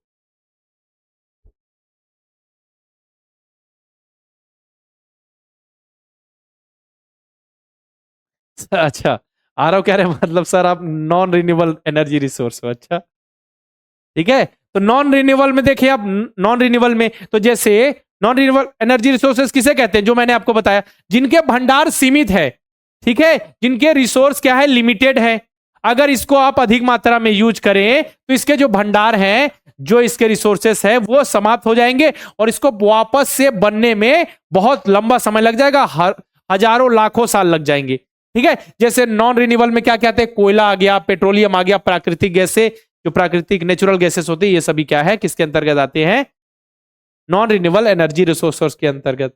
ठीक है, तो कोल के बारे में देखिए, कोयला, तो कोयले का उपयोग हम क्यों करते हैं, कोयले का उत्पादन हम करते हैं इलेक्ट्रिसिटी के उत्पादन में। ठीक है, कोयले का उपयोग क्यों करते हैं, इलेक्ट्रिसिटी प्रोडक्शन में करेंगे। ठीक है, लौह अयस्क को गलाने में करेंगे। ठीक है, भूमिगत खदानों और से निकाला जाए। कोयला हमें कहां से मिलता है, ठीक है, सरफेस माइनिंग, जो हम जमीन वगैरह को नीचे खोद के फिर हम क्या निकालते हैं, कोयला निकालते हैं। ठीक है, कोयला भी अलग अलग प्रकार का होता है। अच्छा, ऋषभ कह रहे हैं गौरव सर आप हमारे कोच हो। अच्छा, चलिए बिल्कुल मैं कोच हूं आपका। ठीक है, बॉलिंग कोच या बैटिंग कोच, टीचिंग कोच, ना बॉलिंग ना बैटिंग। ठीक है, मैं क्या हूं, टीचिंग कोच। ठीक है, आप सभी मुझे बोलिए टीचिंग कोच, अच्छा नाम है। ठीक है, क्या हूं मैं आप सभी का, टीचिंग कोच। ठीक है, अब देखिए, अब मैंने क्या बताया, कोयला आपको कहां से मिल रहा है, इसका उपयोग हम इलेक्ट्रिसिटी उत्पादन में कर रहे हैं, साथ में ठीक है, थर्मल पावर जनरेशन में हम इसका यूज करते हैं। इसमें मेल्टिंग द आयरन और एक्सट्रैक्टेड, इसको हम लोग कहां से एक्सट्रैक्ट करते हैं, कहां से निकालते हैं, अंडरग्राउंड माइंड से और सरफेस माइनिंग मेथड से, है ना। चलिए दूंगा ब्रेक, 2 मिनट का वेट कीजिए, इसको कंप्लीट कर ले। Coal is classified into main 4 types. ठीक है, कोल को हम 4 मेन भागों में डिवाइड करते हैं। ठीक है, एंथ्रासाइट, बिटुमिनस, लिग्नाइट और पीट। ठीक है, तो अगर पूछा जाए सबसे अच्छे क्वालिटी का जो कोयला होता है कौन सा होता है, एंथ्रेसाइट, क्योंकि इसमें कार्बन जो कंटेंट होता है सबसे ज्यादा होता है। सेकंड में बिटुमिनस, क्योंकि इसमें कार्बन कंटेंट उससे कम। सबसे बेकार क्वालिटी का कोयला होता है पीट। ठीक है, 4 कोयलों के प्रकार याद रखिए, एंथ्रासाइट, बिटुमिनस, लिग्नाइट और पीट। याद है सभी को, सबसे अच्छे क्वालिटी का एंथ्रेसाइट, सबसे बेकार क्वालिटी का पीट, क्योंकि किसके हिसाब से, कार्बन कंटेंट के हिसाब से। ठीक है, चलिए। आयुष ने नाम दिया मुझे ऑलराउंडर टीचर। नहीं, ऑलराउंडर टीचर नहीं बेटा, मुझे ऑलराउंडर टीचर का नाम मत दीजिए, मुझे आप दीजिए, हाँ, मैं आपका टीचिंग कोच ठीक हूं। ठीक है, टीचिंग कोच ठीक हूं। अच्छा, ऑलराउंडर बोले सभी सब्जेक्ट पढ़ा देते हैं, अच्छा ठीक है। ठीक है, पेट्रोलियम, पेट्रोलियम देखिए, पेट्रोलियम ये भी क्या है, नॉन रिन्यूएबल एनर्जी रिसोर्स है। ठीक है, petroleum is obtain from the crude, कच्चे ऑयल से प्राप्त होता है। Crude oil, petroleum is obtain from crude oil. ठीक है, crude oil is extracted from underground reserve and refined into various form, various product. ठीक है, इंक्लूडिंग, इससे हम गैसोलीन, डीजल, जेट फ्यूल आगे बना सकते हैं। ठीक है, petroleum is obtain from the crude oil and crude oil is extracted from underground reserve and, और इसको हम रिफाइन, ठीक है, अलग अलग में यूज कर सकते हैं वेरियस प्रोडक्ट के रूप में, जैसे गैसोलीन, डीजल, जेट फ्यूल के रूप में। Petroleum is a important source of energy for all the internal combustion engine and automobile, railway and aircraft. मतलब समझिए जितनी हम गाड़ियां चलाते हैं उसमें हमको डीजल, पेट्रोल की जरूरत पड़ती है, ठीक, कंबशन ऑयल्स की जरूरत पड़ती है, गैस की जरूरत पड़ती है, केमिकल्स की जरूरत पड़ती है, सभी हमको पेट्रोलियम से प्राप्त होती है। ठीक है, आदेश, आर्या, अच्छा ऋतिक कह रहे हैं। चलिए, कंप्रेस्ड नेचुरल गैस सीएनजी, ये भी याद रखिएगा। ठीक है, आजकल सीएनजी की कार्स वगैरह चल रही है, सुना होगा आपने सीएनजी वाली, ये कार जो है सीएनजी वाली है। ठीक है, ये है कंप्रेस्ड नेचुरल गैस, संपीड़ित प्राकृतिक गैस। ठीक है, आजकल इसका, क्योंकि ये पर्यावरण के लिए हानिकारक नहीं है, पर्यावरण को हानि नहीं पहुंचाती। It is extracted from the natural gas reserve and the compressed at high pressure for use in vehicle. CNG is the popular fuel because is a low carbon emission. मतलब इसमें कार्बन का जो उत्सर्जन होता है कम होता है बाकी की अपेक्षा, कम लागत भी लगती है, इसलिए पर्यावरण फ्रेंडली होता है। ये क्या होता है, पर्यावरण फ्रेंडली, मतलब इन्वायरमेंट फ्रेंडली होता है।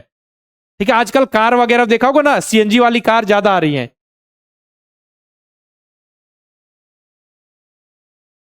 हाँ, ठीक, इसको अधिक प्रेशर में, हाई प्रेशर में क्या कंप्रेस्ड करके, इसका नाम ही है संपीड़ित नेचुरल गैस। अब देखिए, न्यूक्लियर फ्यूज, जो परमाणु ईंधन होते हैं बेटा, जो परमाणु ऊर्जा, न्यूक्लियर पावर प्लांट होते हैं, बताया था ना, न्यूक्लियर पावर प्लांट में यूरेनियम का यूज करते हैं हम, थोरियम का यूज करते हैं, किसके, हमको इलेक्ट्रिसिटी का उत्पादन करना होता है। ठीक है, तो जो भी न्यूक्लियर रिएक्टर होते हैं उसमें हम इसका उपयोग करते हैं। ठीक है, जो भी परमाणु ईंधन होते हैं, ठीक है, न्यूक्लियर फ्यूल का यूज करते हैं ताकि हम बिजली का उत्पादन कर सके परमाणु ऊर्जा के लिए, है ना। ये सभी भी लिमिट में, मात्रा में है, बिल्कुल लिमिटेड है, अगर ज्यादा यूज करेंगे तो खत्म हो जाएंगे, मतलब इतने भी कम नहीं है, लेकिन अगर ज्यादा ज्यादा सभी करने लगे तो फिर इसके भंडार हो जाएंगे समाप्त, भंडार हो गए समाप्त तो फिर समझिए फिर बनने में समय लग जाएगा।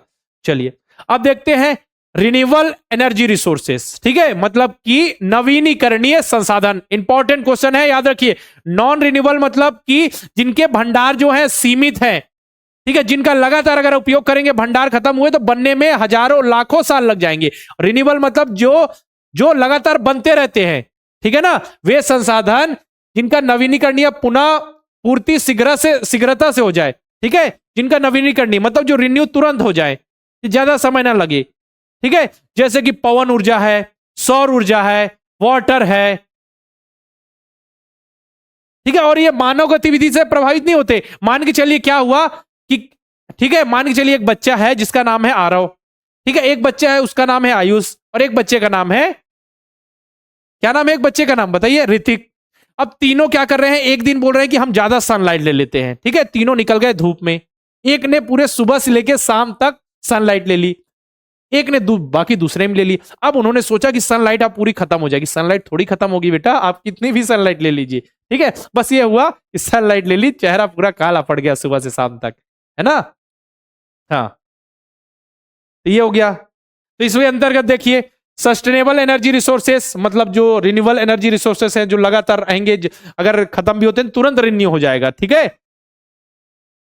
ठीक है, तो सोलर हो गया, विंड हो गया, हाइड्रोथर्मल एंड बायोमास एनर्जी। अब देखते हैं इसमें सोलर एनर्जी मतलब सौर ऊर्जा। सौर ऊर्जा देखा होगा, क्या हो गया, सोलर कुकर के माध्यम से हम भोजन बनाते हैं, भोजन पकाते हैं, मतलब सूर्य से जो उष्मा आ रही है उसका उपयोग करके हम भोजन बनाते हैं। ऐसा नहीं कि गैस वगैरह का यूज कर रहे हैं, ठीक है, एलपीजी का यूज कर रहे हैं। एलपीजी का फुल फॉर्म पूछा जा सकता है बेटा, एलपीजी का full form liquid petroleum gas, याद रखिए एलपीजी का फुल फॉर्म एग्जाम में पूछा जा सकता है। एलपीजी का फुल फॉर्म है लिक्विड पेट्रोलियम गैस, ठीक है। तो देखिए यहाँ पे सौर पैनल होता है, सौर पैनल आजकल बिजली देखिए उत्पादन के लिए सौर पैनल लगे होते हैं घरों की छतों पर, आजकल तो और स्टार्ट हुआ है हर जगह सौर पैनल लगना। कुछ कुछ क्रिकेट के स्टेडियम है जहां पे बिजली का जो उत्पादन होता है सौर पैनल से होता है, ठीक है। तो सौर पैनल में जो फोटोवोल्टिक सेल सौर ऊर्जा को विद्युत ऊर्जा में क्या करती है, चेंज करती है। फोटोवोल्टिक सेल जो होती है वो सौर ऊर्जा मतलब सूर्य से जो ऊर्जा प्राप्त हो रही है एनर्जी, उसको इलेक्ट्रिक एनर्जी में चेंज करती है। तो देखिए भारत के जो वेस्टर्न एरिया है जैसे कि राजस्थान गुजरात में इसका डेवलपमेंट तेजी से हो रहा है, बाकी हर जगह भी इसकी हाँ जल्दी से की संभावना है। आयुष बेटा मैंने पीडीएफ अपलोड कर दिया, आप इतनी बार बोल चुके थे, अभी मैं जैसे ही क्लास होगी तो बाकी पीडीएफ भी अपलोड कर दूंगा, है ना, घबराइए मत। नेक्स्ट देखें विंड एनर्जी, पवन ऊर्जा। देखिए पवन ऊर्जा का उपयोग भी हम क्यों कर रहे हैं, ये भी क्या है, रिन्यूएबल एनर्जी है जिसका रिन्यू हो सकता है, नॉन रिन्यूएबल नहीं है, रिन्यूएबल है। तो हम इस हवा से, पवन से, हवा से ही बिजली बना रहे हैं। अब देखिए हवा, देखिए टरबाइन घूम रही है, ठीक है, टरबाइन घूम रही है, टरबाइन की जो गतिज ऊर्जा है, जो गति, जो उसमें स्पीड आ रही, जो काइनेटिक एनर्जी, अब इस काइनेटिक एनर्जी को हम चेंज कर रहे हैं किसमें, इलेक्ट्रिक एनर्जी में, ठीक है। अब इतने तेजी से हवा से टरबाइन घूम रही है, अब तो जो टरबाइन घूम रही है उसमें गति हो रही है, इसमें आ गई आपकी काइनेटिक एनर्जी। अब काइनेटिक एनर्जी को हम इलेक्ट्रिकल एनर्जी में प्रोड्यूस करके बिजली का उत्पादन कर रहे हैं, ठीक है। इसका देखिए ज्वारी और तरंग ऊर्जा, दो जो समुद्र में ज्वार, ठीक है, जो टेडल और वेब उत्पन्न होते हैं ना, वेब, अब उसकी जो तरंग से, तरंग को हम इलेक्ट्रिक फॉर्म में चेंज करके, जो वेब को हम इलेक्ट्रिक फॉर्म में चेंज करके बिजली का उत्पादन कर रहे हैं, ठीक है। जो समुद्र में लहरें उठती है ना, समुद्र की जो धारा होती है उससे हम ऊर्जा प्राप्त करते हैं, ठीक है। उसमें टरबाइन रहती है, टरबाइन को घुमाने पे इस प्रकार बिजली का उत्पादन किया जाता है। तरंग क्षमता का उपयोग करते हैं, सोच ले वेब कैपेसिटी जो है उसका यूज करके हम क्या है, इलेक्ट्रिक एनर्जी प्रोड्यूस करते हैं। नेक्स्ट देखिए जियोथर्मल एनर्जी। जियोथर्मल क्या होता है, जो सतह की जो गर्मी होती है, भूतापीय, मतलब कि जो सन से जो सनलाइट आ रही है, ठीक है, उसका उपयोग हम करते हैं किसमें, एनर्जी के प्रोडक्शन में। देखिए हम हर चीज का हमने इतना डेवलपमेंट कर लिया है, इतनी कंट्री में डेवलपमेंट हो गया, हर जगह इतना डेवलपमेंट हो, इंसान ने इतनी खोजें कर ली है, डिस्कवरी कर ली है कि हम सब देखिए कि हम हर चीज का उपयोग बिजली उत्पादन में कर रहे हैं, ठीक है। एयर का, सोलर सिस्टम का, भूतापीय, ठीक है, वह ना मैग्मा। अब इसको क्या होता है, हमको पता है ना मैग्मा किसे कहते हैं, पता है मैग्मा किसे कहते हैं, जल्दी से बताइए, मैग्मा किसे कहते हैं, लावा।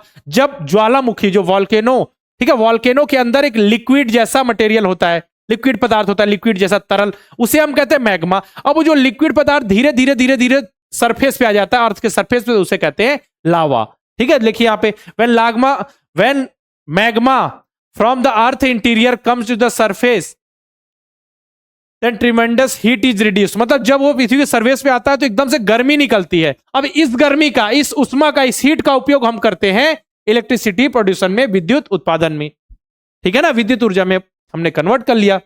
इसका देखिए बायो एनर्जी। बायो एनर्जी क्या होता है बेटा बताइए,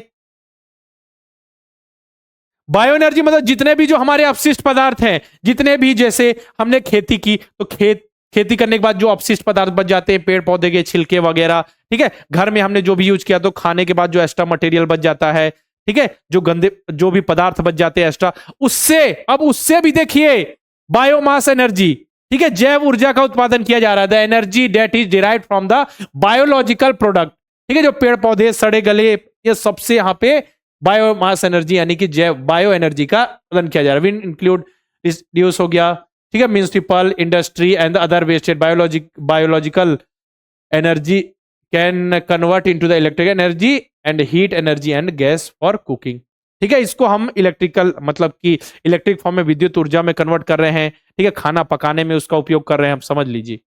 हाँ गोबर, हाँ गोबर वगैरह वगैरह, बिल्कुल सही बोला बेटा, गोबर खाद वगैरह। ठीक है, बायोमास एनर्जी। ठीक है, जो भी हमारे जो पेड़ पौधे, सड़े हुए पेड़ पौधे, गोबर खाद, जितनी भी चीजों को मिलाकर यहाँ पे क्या है, इलेक्ट्रिसिटी प्रोड्यूस की जा रही है। अब क्या है ये, हाइड्रो इलेक्ट्रिक एनर्जी। अब इसका उपयोग हम जो जल है ना, जल का उपयोग कर रहे हैं किसमें, जल का उपयोग कर रहे हैं इलेक्ट्रिसिटी के उत्पादन में। The energy generated by the moving water called hydro electric energy. A water dam is constructed on the flowing river, collect water and generate hydro electric power. पानी से हिलने के से क्या होता है, पानी है, पानी फ्लो हो रहा है, पानी के हिलने से, अब पानी जो हिल रहा है उससे जो एनर्जी प्रोड्यूस हो रही है उसको हम इलेक्ट्रिक एनर्जी में चेंज करें। देखिए हर मेथड है, ये क्या है, रिन्यूएबल एनर्जी रिसोर्सेस है, क्योंकि ये तो खत्म होने वाला नहीं है पानी। लेकिन फिर भी ऐसा नहीं करना है कि पानी जितना जरूरी उतना ही, है ना, ऐसा नहीं कि आप सभी 10 बाल्टी पानी से नहा रहे हैं। ठीक है, कितनी बाल्टी पानी से नहाते हैं वैसे आप लोग, जल्दी बताइए, कितनी बाल्टी पानी से नहाते हैं, 2 बाल्टी, 3 बाल्टी?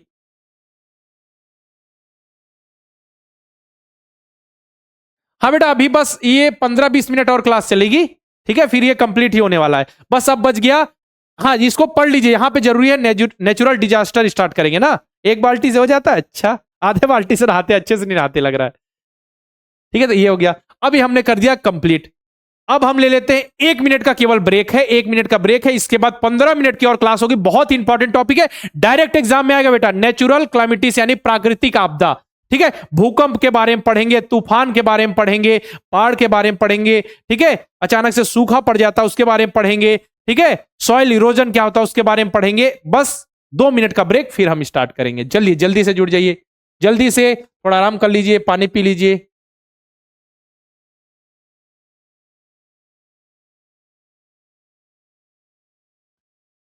चलिए 2 मिनट का ब्रेक है बेटा, केवल और केवल 2 मिनट का ब्रेक है आप सभी के लिए।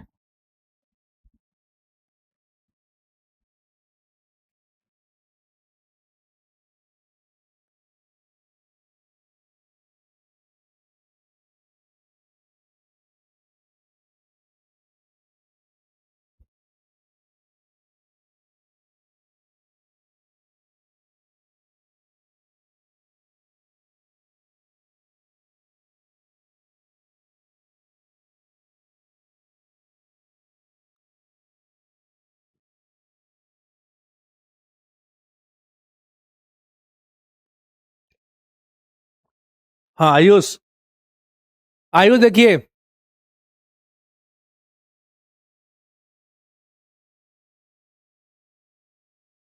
आयुष जितने भी जो टेस्ट है ना वो तो मैंने अपलोड कर ही दिए हैं। और रही बात जो और प्रैक्टिस सीट्स बची हैं जितनी भी जो मैंने पढ़ाई है, जो अशोक सर ने पढ़ाई है, उसको मैं शेयर कर दूंगा, तो उसको लेकर निश्चिंत रहिए। अभी जैसी क्लास होगी उसके बाद मैं कल मॉर्निंग में क्लास से पहले कर दूंगा। ठीक है, कल मॉर्निंग में क्लास होगी आपकी, हाँ उससे पहले कर दूंगा।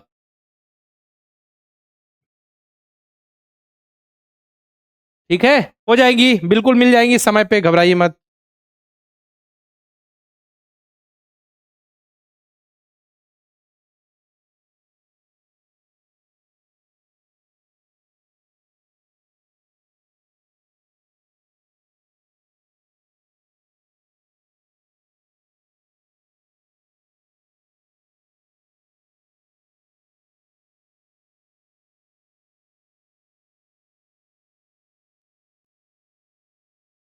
चलिए समय हो गया समाप्त, स्टार्ट करें।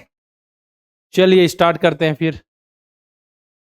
खत्म, समय खत्म। चलिए प्राकृतिक आपदा, नेचुरल क्लामिटीज के बारे में पढ़ेंगे। ठीक है, कोल के टाइप तो बता दिए ना बेटा, कोल के टाइप तो मैंने आपको बता रखे हैं। एक बार बताइए मुझे, जल्दी से बताइए, वॉइस क्लियर है सभी बच्चों को, वॉइस आ रही है ना, आवाज आ रही है,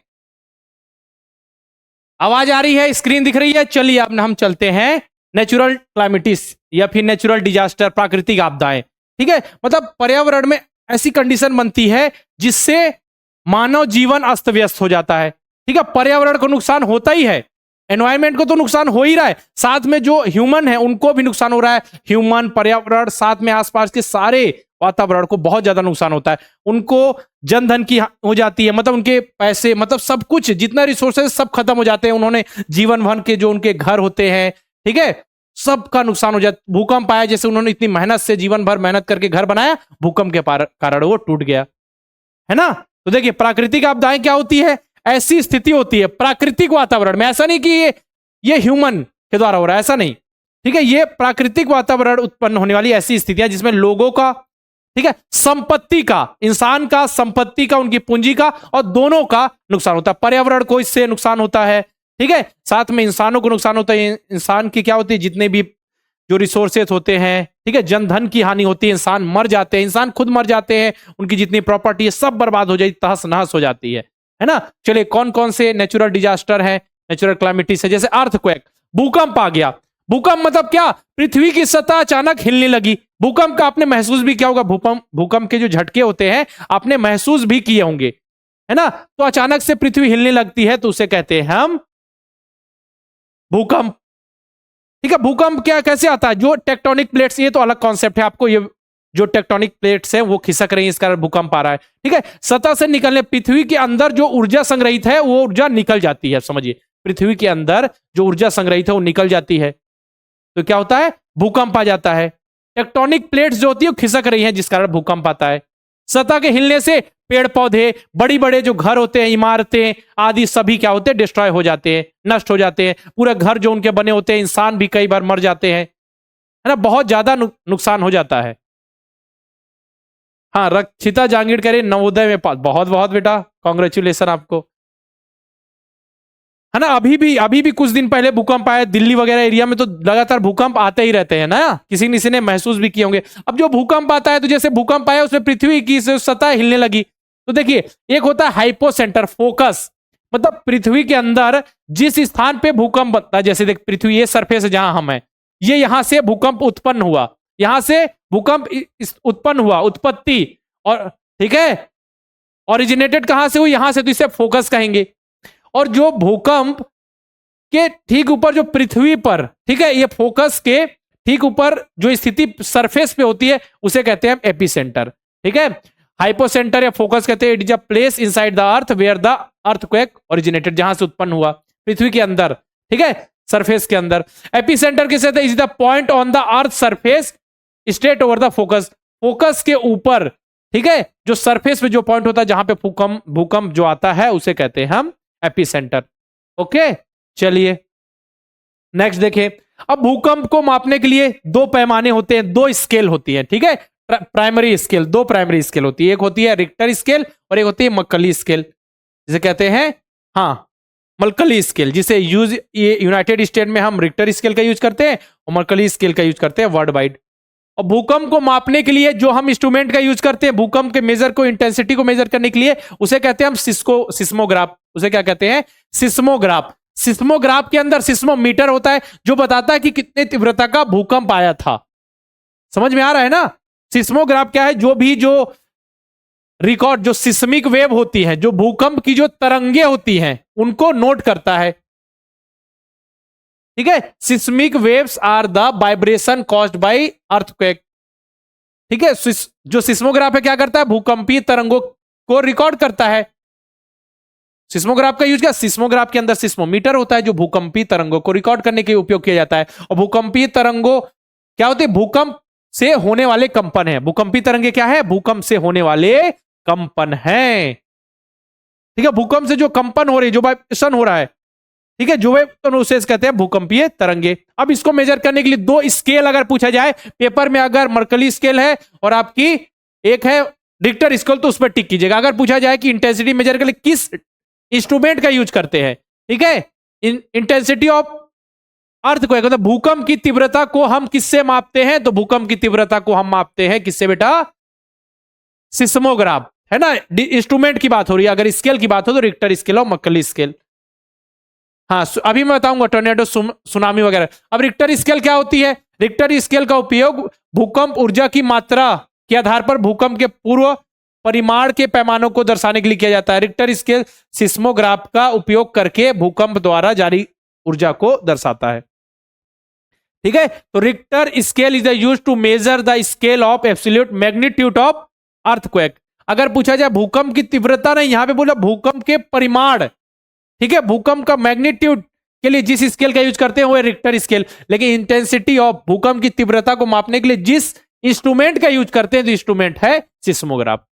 ठीक है, रिक्टर स्केल क्या करता है, सिस्मोग्राफ का उपयोग करके भूकंप द्वारा जारी ऊर्जा को नापता है। ठीक है, the Richter scale measure the energy release by the earthquake using seismograph. ये हो गया आपका रिक्टर। जैसे अलग अलग होता है ना कि इतने रिक्टर का भूकंप आ गया, जैसे देखिए, है ना, जैसे देखिए रिक्टर स्केल है तो मैग्नीट्यूड का लेवल देखें, परिमाण का लेवल देखें, तो 0 से 2.9 के बीच आया मतलब ज्यादा फील नहीं करेंगे रिकॉर्डेड इंस्ट्रूमेंट। ठीक है, चलिए 3 से, अच्छा 0 से 2.9 हो गया, अच्छा 3 से 4 हो गया ये, हाँ 3 से 4 हो गया। 0 से 2.9 तो ज्यादा फील नहीं होगा, 3 से 4 थोड़ा फील होगा, डैमेज नहीं होगा। 4 से 4.9 रिक्टर स्केल का भूकंप आ गया तो फील होगा, माइनर ऑब्जेक्ट टूट जाएंगे।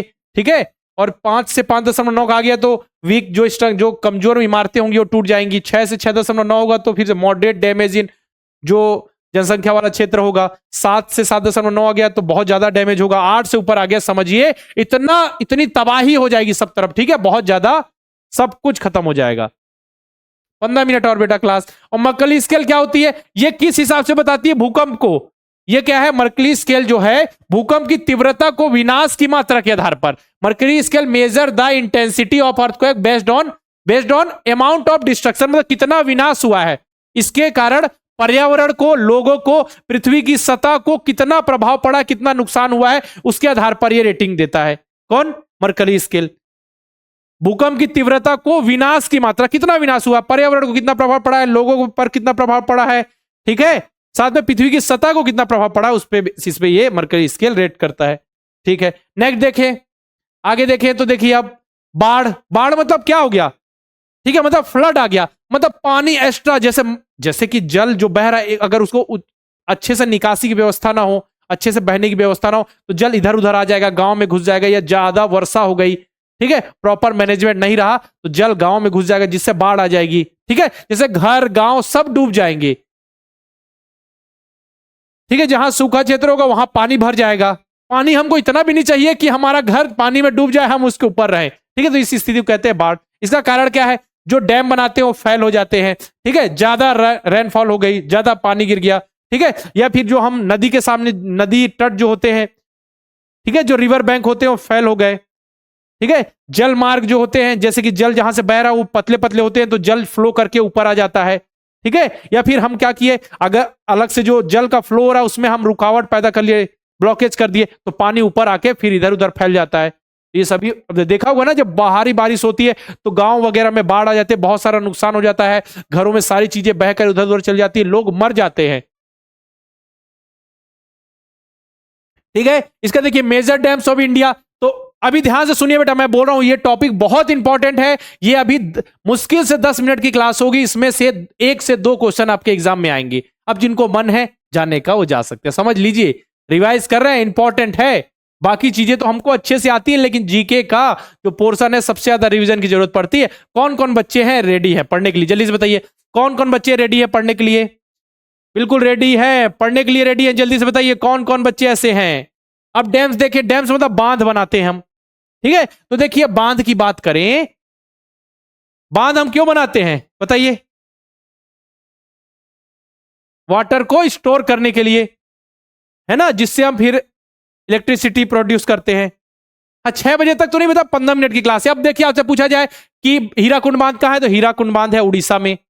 कहां है? उड़ीसा राज्य में, महानदी पर बना है। भाखड़ा नांगल बांध हिमाचल प्रदेश में, किसमें? सतलज नदी पर बना है।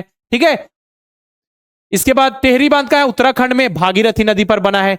क्या है? सरदार सरोवर बांध गुजरात में, नर्मदा नदी पर बना है। नागार्जुन सागर बांध ये कहां बना हुआ है? नागार्जुन सागर जो बांध है वो कृष्णा नदी पर बना हुआ है। किस राज्य में? तेलंगाना और आंध्र प्रदेश। इसका जो 70% हिस्सा है, जो 70% हिस्सा है बेटा वो तेलंगाना में, और 30% जो हिस्सा है वो आंध्र प्रदेश में है, क्योंकि दोनों एक स्टेट थे पहले, वो डिवाइड होके 2 स्टेट बन गए ना।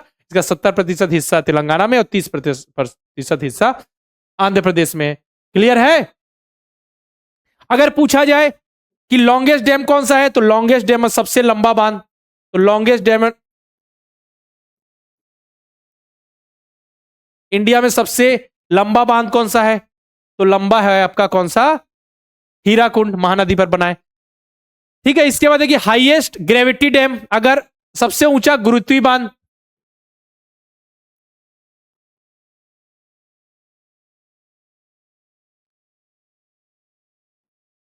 Highest gravity dam of India, इसका टिहरी डैम क्या है, अगर highest dam of India, highest मतलब सबसे ऊंचा,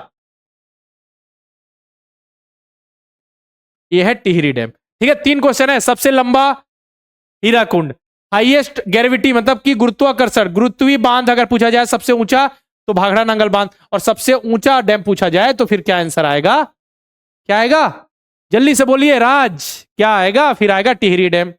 ठीक है ना, चलिए अब सुनामी देखते हैं। तो सुनामी क्या होता है बेटा, समुद्र में देखा होगा आपने, लहरें उत्पन्न होती, समुद्र में लहरें आ जाती हैं। सुनामी समुद्र में उठने वाली एक बहुत बड़ी शक्तिशाली लहर होती है, जापानी शब्द है जिसका अर्थ होता है हार्बर लहरें। समुद्र में अचानक से लहर उत्पन्न नहीं हो जाती समुद्र में, उसे कहते हैं सुनामी। तो सुनामी क्यों होता है, कारण क्या है, तो ज्वालामुखी का अचानक विस्फोट हो गया बेस में, इस कारण। पानी के अंदर अगर लैंडस्लाइड हो गया, जो उसका सरफेस है पानी के अंदर जो सतह है वो लैंडस्लाइड हो गया एक जगह से खिसक के दूसरी जगह, तो उसके कारण। ठीक है, पानी के अंदर भूकंप आ गया, पानी के अंदर भी अगर भूकंप आ गया उस कारण भी सुनामी आ जाती है समुद्र में। ठीक है, लहर अचानक से। अब देखिए हम देखेंगे तूफान, आंधी और तूफान किसे कहते हैं, लगातार सुना होगा ना, आंधी आ गई तूफान आ गई, तो ये आंधी और तूफान होता क्या है, आंधी और तूफान, आंधी और तूफान होता क्या है, तो ये देखिए हवा और आमतौर पर बारिश, बर्फ, ओले, गरज, बिजली के कारण वातावरण में अस्थिरता है। ठीक है, आंधी आ गया, तूफान आ गया, ये अलग अलग प्रकार से क्या अलग अलग कैसे होते हैं, it disturbance in the atmosphere caused by wind, usually rain, snow, hello and thunder and lightning.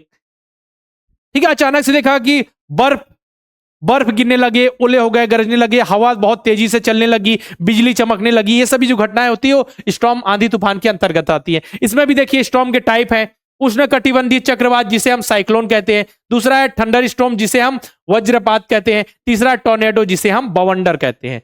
ठीक है ना, चलिए देखते हैं पहला। पहला है आपका उष्ण कटिबंधीय यानी ट्रॉपिकल साइक्लोन। ये क्या होता है, यह हिंसक तूफान जो उष्ण कटिबंधीय क्षेत्रों में समुद्र के ऊपर उठते हैं, जो तटीय क्षेत्रों की ओर बढ़ते हैं और तेज हवाओं, बहुत बारिश और तूफान के साथ बड़े पैमाने पर विनाश करते हैं। ठीक है, यह हिंसक तूफान है जो उष्ण कटिबंधीय क्षेत्रों में समुद्र के ऊपर उठते हैं। This are the violent storm that originate over the ocean in tropical region and move toward the coastal area and cause large scale destruction due to the violent wind and very heavy rainfall and storm.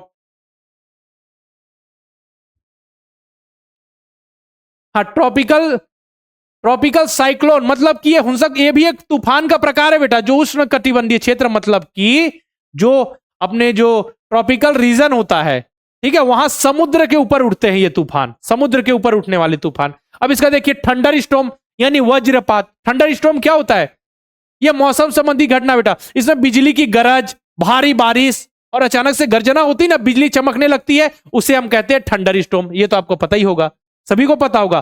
ठीक है, तो जो तूफान होते हैं, आंधी तूफान 3 प्रकार से होते हैं। एक हो गया आपका ट्रॉपिकल साइक्लोन, फिर थंडर स्टॉर्म मतलब कि अचानक से बिजली चमकने लगी, गरज आने लगी, भारी बारिश हो गई, इसे कहते हैं थंडर स्टॉर्म। इसका देखें बवंडर यानी टॉर्नेडो, अचानक से ऐसे तूफान घूमने लगता है ना, सारी चीजें एक सर्कल में ऐसे ऐसे होने, किसने देखा है बवंडर, किसने किसने देखा है बताइए बवंडर।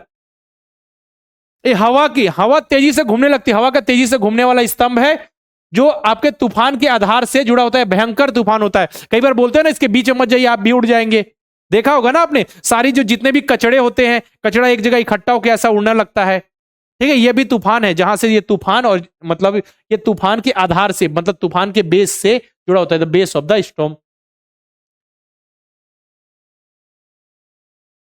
ये बवंडर क्यों आता है, जब 2 अलग अलग टेम्परेचर के जो पदार्थ होते हैं आपस में मिलते हैं तो फिर ये बवंडर आता है, टोर्नेडो आता है। जो अलग अलग टेम्परेचर के 2 पदार्थ, ठीक है, when a 2 substance of different temperature come together a tornado is formed.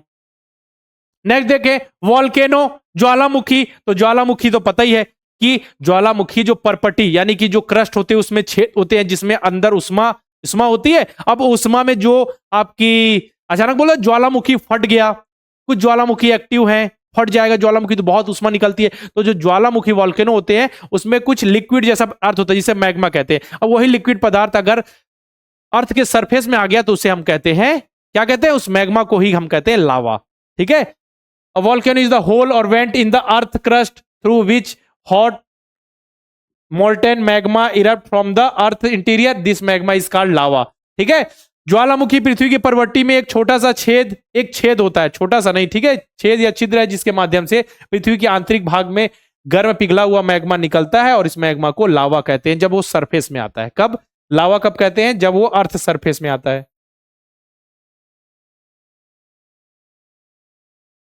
जब वो अर्थ सरफेस में आता है वही जो लिक्विड जैसा तरल पदार्थ होता है जो अंदर में, जिसे मैग्मा कहते हैं, वही बाहर आता है, उसे हम लावा कहते हैं। ठीक है, याद रखिएगा वॉल्केनो। अब देखिए वॉल्केनो भी अलग अलग प्रकार के होते हैं, कुछ एक्टिव वॉल्केनो है, कुछ डोरमेंट है, कुछ एक्सटिंक्ट है। मतलब एक्टिव मतलब जो अभी एक्टिव है, जिसमें कभी कभी समय समय पर विस्फोट होता रहता है। डोरमेंट मतलब जो अभी अभी अभी लेटेस्ट में हाल ही फिलहाल में विस्फोट नहीं हुआ है लेकिन फ्यूचर में विस्फोट होने की संभावना है। ठीक है, और एक्सटिंक्ट मतलब जो पूरी तरीके से जिसमें विस्फोट बंद हो चुका है और फ्यूचर में भी संभावना नहीं है कि इसमें विस्फोट होगा। तो एक्टिव को कहते हैं सक्रिय, डोरमेंट को प्रसुप्त और उसको एक्सटिंक्ट को विलुप्त, जो अब कभी नहीं आएंगे। ठीक है, अब देखिए इंडिया में भी कुछ है क्या वॉल्केनो। तो देखिए जो बैरन आइलैंड है बेटा, बैरन आइलैंड है, ये क्या है, एकमात्र एक्टिव वॉल्केनो है इंडिया में। और जो आपका नारकोंडम द्वीप है, नारकोंडम आइसलैंड है, ये क्या है आपका, बोलिए, ये क्या है, डोरमेंट है, यानी प्रसुप्त है। मतलब ये सोई हुई अवस्था में कभी भी जाग सकता है ना। मतलब कि इसमें अभी हाल फिलहाल में तो इसमें विस्फोट नहीं हुआ लेकिन फ्यूचर में विस्फोट होने की संभावना है। ठीक है, तो एक बैरन है, याद रखिए, Barren Island is the only active volcano in India. This island is the spread over the amount 3 kilometre. Barren Island are located in east middle Andaman in the Andaman and Nicobar Island. ठीक है, और जो नारकोंडम आइसलैंड है ये भी देखिए आपका, यह ज्वालामुखी प्रसुप्त मतलब कि आपका डोरमेंट के अंतर्गत आता है, कभी भी जाग सकता है। अभी सोए हुए अवस्था में अभी तो नहीं आया भूकंप लेकिन आगे आने की संभावना है। ठीक है, इसकी मुख्य चोटी समुद्र से लगभग 710 मीटर ऊंचाई पर है। अच्छा, अंडमान निकोबार की राजधानी क्या है, जल्दी से बताइए, अंडमान निकोबार की राजधानी क्या है। अब तो नेक्स्ट पढ़े, बाढ़ या सूखा क्या होता है बेटा, बाढ़ या सूखा, सूखा अकाल, ठीक है, ड्रॉट या फेमाइन। क्या होता है कि ऐसी स्थिति हो जाती है जब बारिश होती नहीं है, सूखा पड़ जाता है। एक होती है स्थिति फ्लड की, बाढ़ जब बहुत ज्यादा पानी आ जाता है, और सूखा मतलब पानी ही नहीं हुआ, सूखे की स्थिति आ गई, पूरी जो सरफेस हो एकदम शुष्क हो गया, जहां पे एकदम हीट हो गई, गर्मी हो गई, यहाँ पे बिल्कुल बारिश ही नहीं है, सब सरफेस देखिए सतह सूख गई। डॉट is the condition in which there is a very little rainfall, no rainfall is the area due to which and become a dry. Famine is the lack of food for the large number of people. देखिए famine, अकाल, अकाल किसे कहते हैं, feminine, यानी अकाल किसे कहते हैं कि जब जितने लोग हैं उनके लिए पर्याप्त मात्रा में उनको भोजन नहीं मिल पाया, ठीक है, फसल का उत्पादन नहीं हुआ, पोषक तत्व नहीं मिले, तो अकाल की स्थिति पड़ जाती है। ठीक है, अकाल के समय लोगों के पास खाने के लिए चीजें नहीं होती, अनाज नहीं होती। अब अनाज कैसे होगी जब यहाँ मिट्टी सूखी है, यहाँ पे पर्याप्त मात्रा में अनाज का उत्पादन नहीं हो सकता। सूखे की स्थिति मतलब पानी है ही नहीं, है तो बिल्कुल कम पानी या फिर कम, हाँ बिल्कुल। आयुष कुंडू, श्री विजयपुरम, बहुत बढ़िया। अंडमान निकोबार की राजधानी पोर्ट ब्लेयर, जिसका नाम बदलकर पोर्ट ब्लेयर कब श्री विजयपुरम कर दिया। यही उम्मीद थी बेटा, बिल्कुल सही आंसर। ठीक है, अब देखिए लैंडस्लाइड देखें, यानी भूस्खलन क्या होता है। लैंडस्लाइड की बात हो रही है, सॉइल इरोजन नहीं, लैंडस्लाइड। तो क्या होगा, जो जैसे बड़े बड़े ये जो चट्टानें होती है, ढलान वाली जो भूमि होती है, जहां ढलान होती है। Landslide is the sliding of rock, soil, debris down और the sloping portion of land. मतलब जैसे ऐसे स्लोप बना होता है, जैसे रोड के बगल अगल बगल जाए तो जैसे स्लोपिंग वाला रहता है, उसमें की जो मिट्टी होती है, मलबा जो होता है, वो खिसक कर नीचे आ जाता है। ठीक है, उसके जो ऊपरी सरफेस, तो उसे कहते हैं हम लैंडस्लाइड या फिर भूस्खलन। ठीक है, ऐसा क्यों होता है, बारिश हो गई, भूकंप आ गया, या ज्वालामुखी कारण, या फिर हम एक्टिविटी कर, मानव एक्टिविटी, जो ह्यूमन एक्टिविटी कारण, मानव गतिविधियों कारण होता है लैंडस्लाइड यानी कि भूस्खलन। देखा हो ना, पहाड़ी क्षेत्रों में आप जाइएगा तो पहाड़ी क्षेत्रों में जो अपर लेयर है खिसक कर नीचे आने लगती है। ठीक है, जो ऊपरी लेयर है उसे कहते हैं भूस्खलन, लैंडस्लाइड। किसने किसने देखा है, हाँ कल मॉर्निंग में क्लास होगी बेटा, कल मॉर्निंग में क्लास होगी।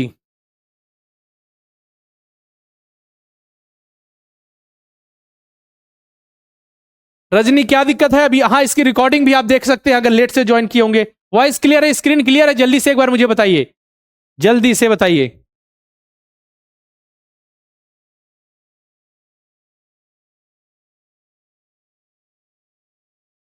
जल्दी से।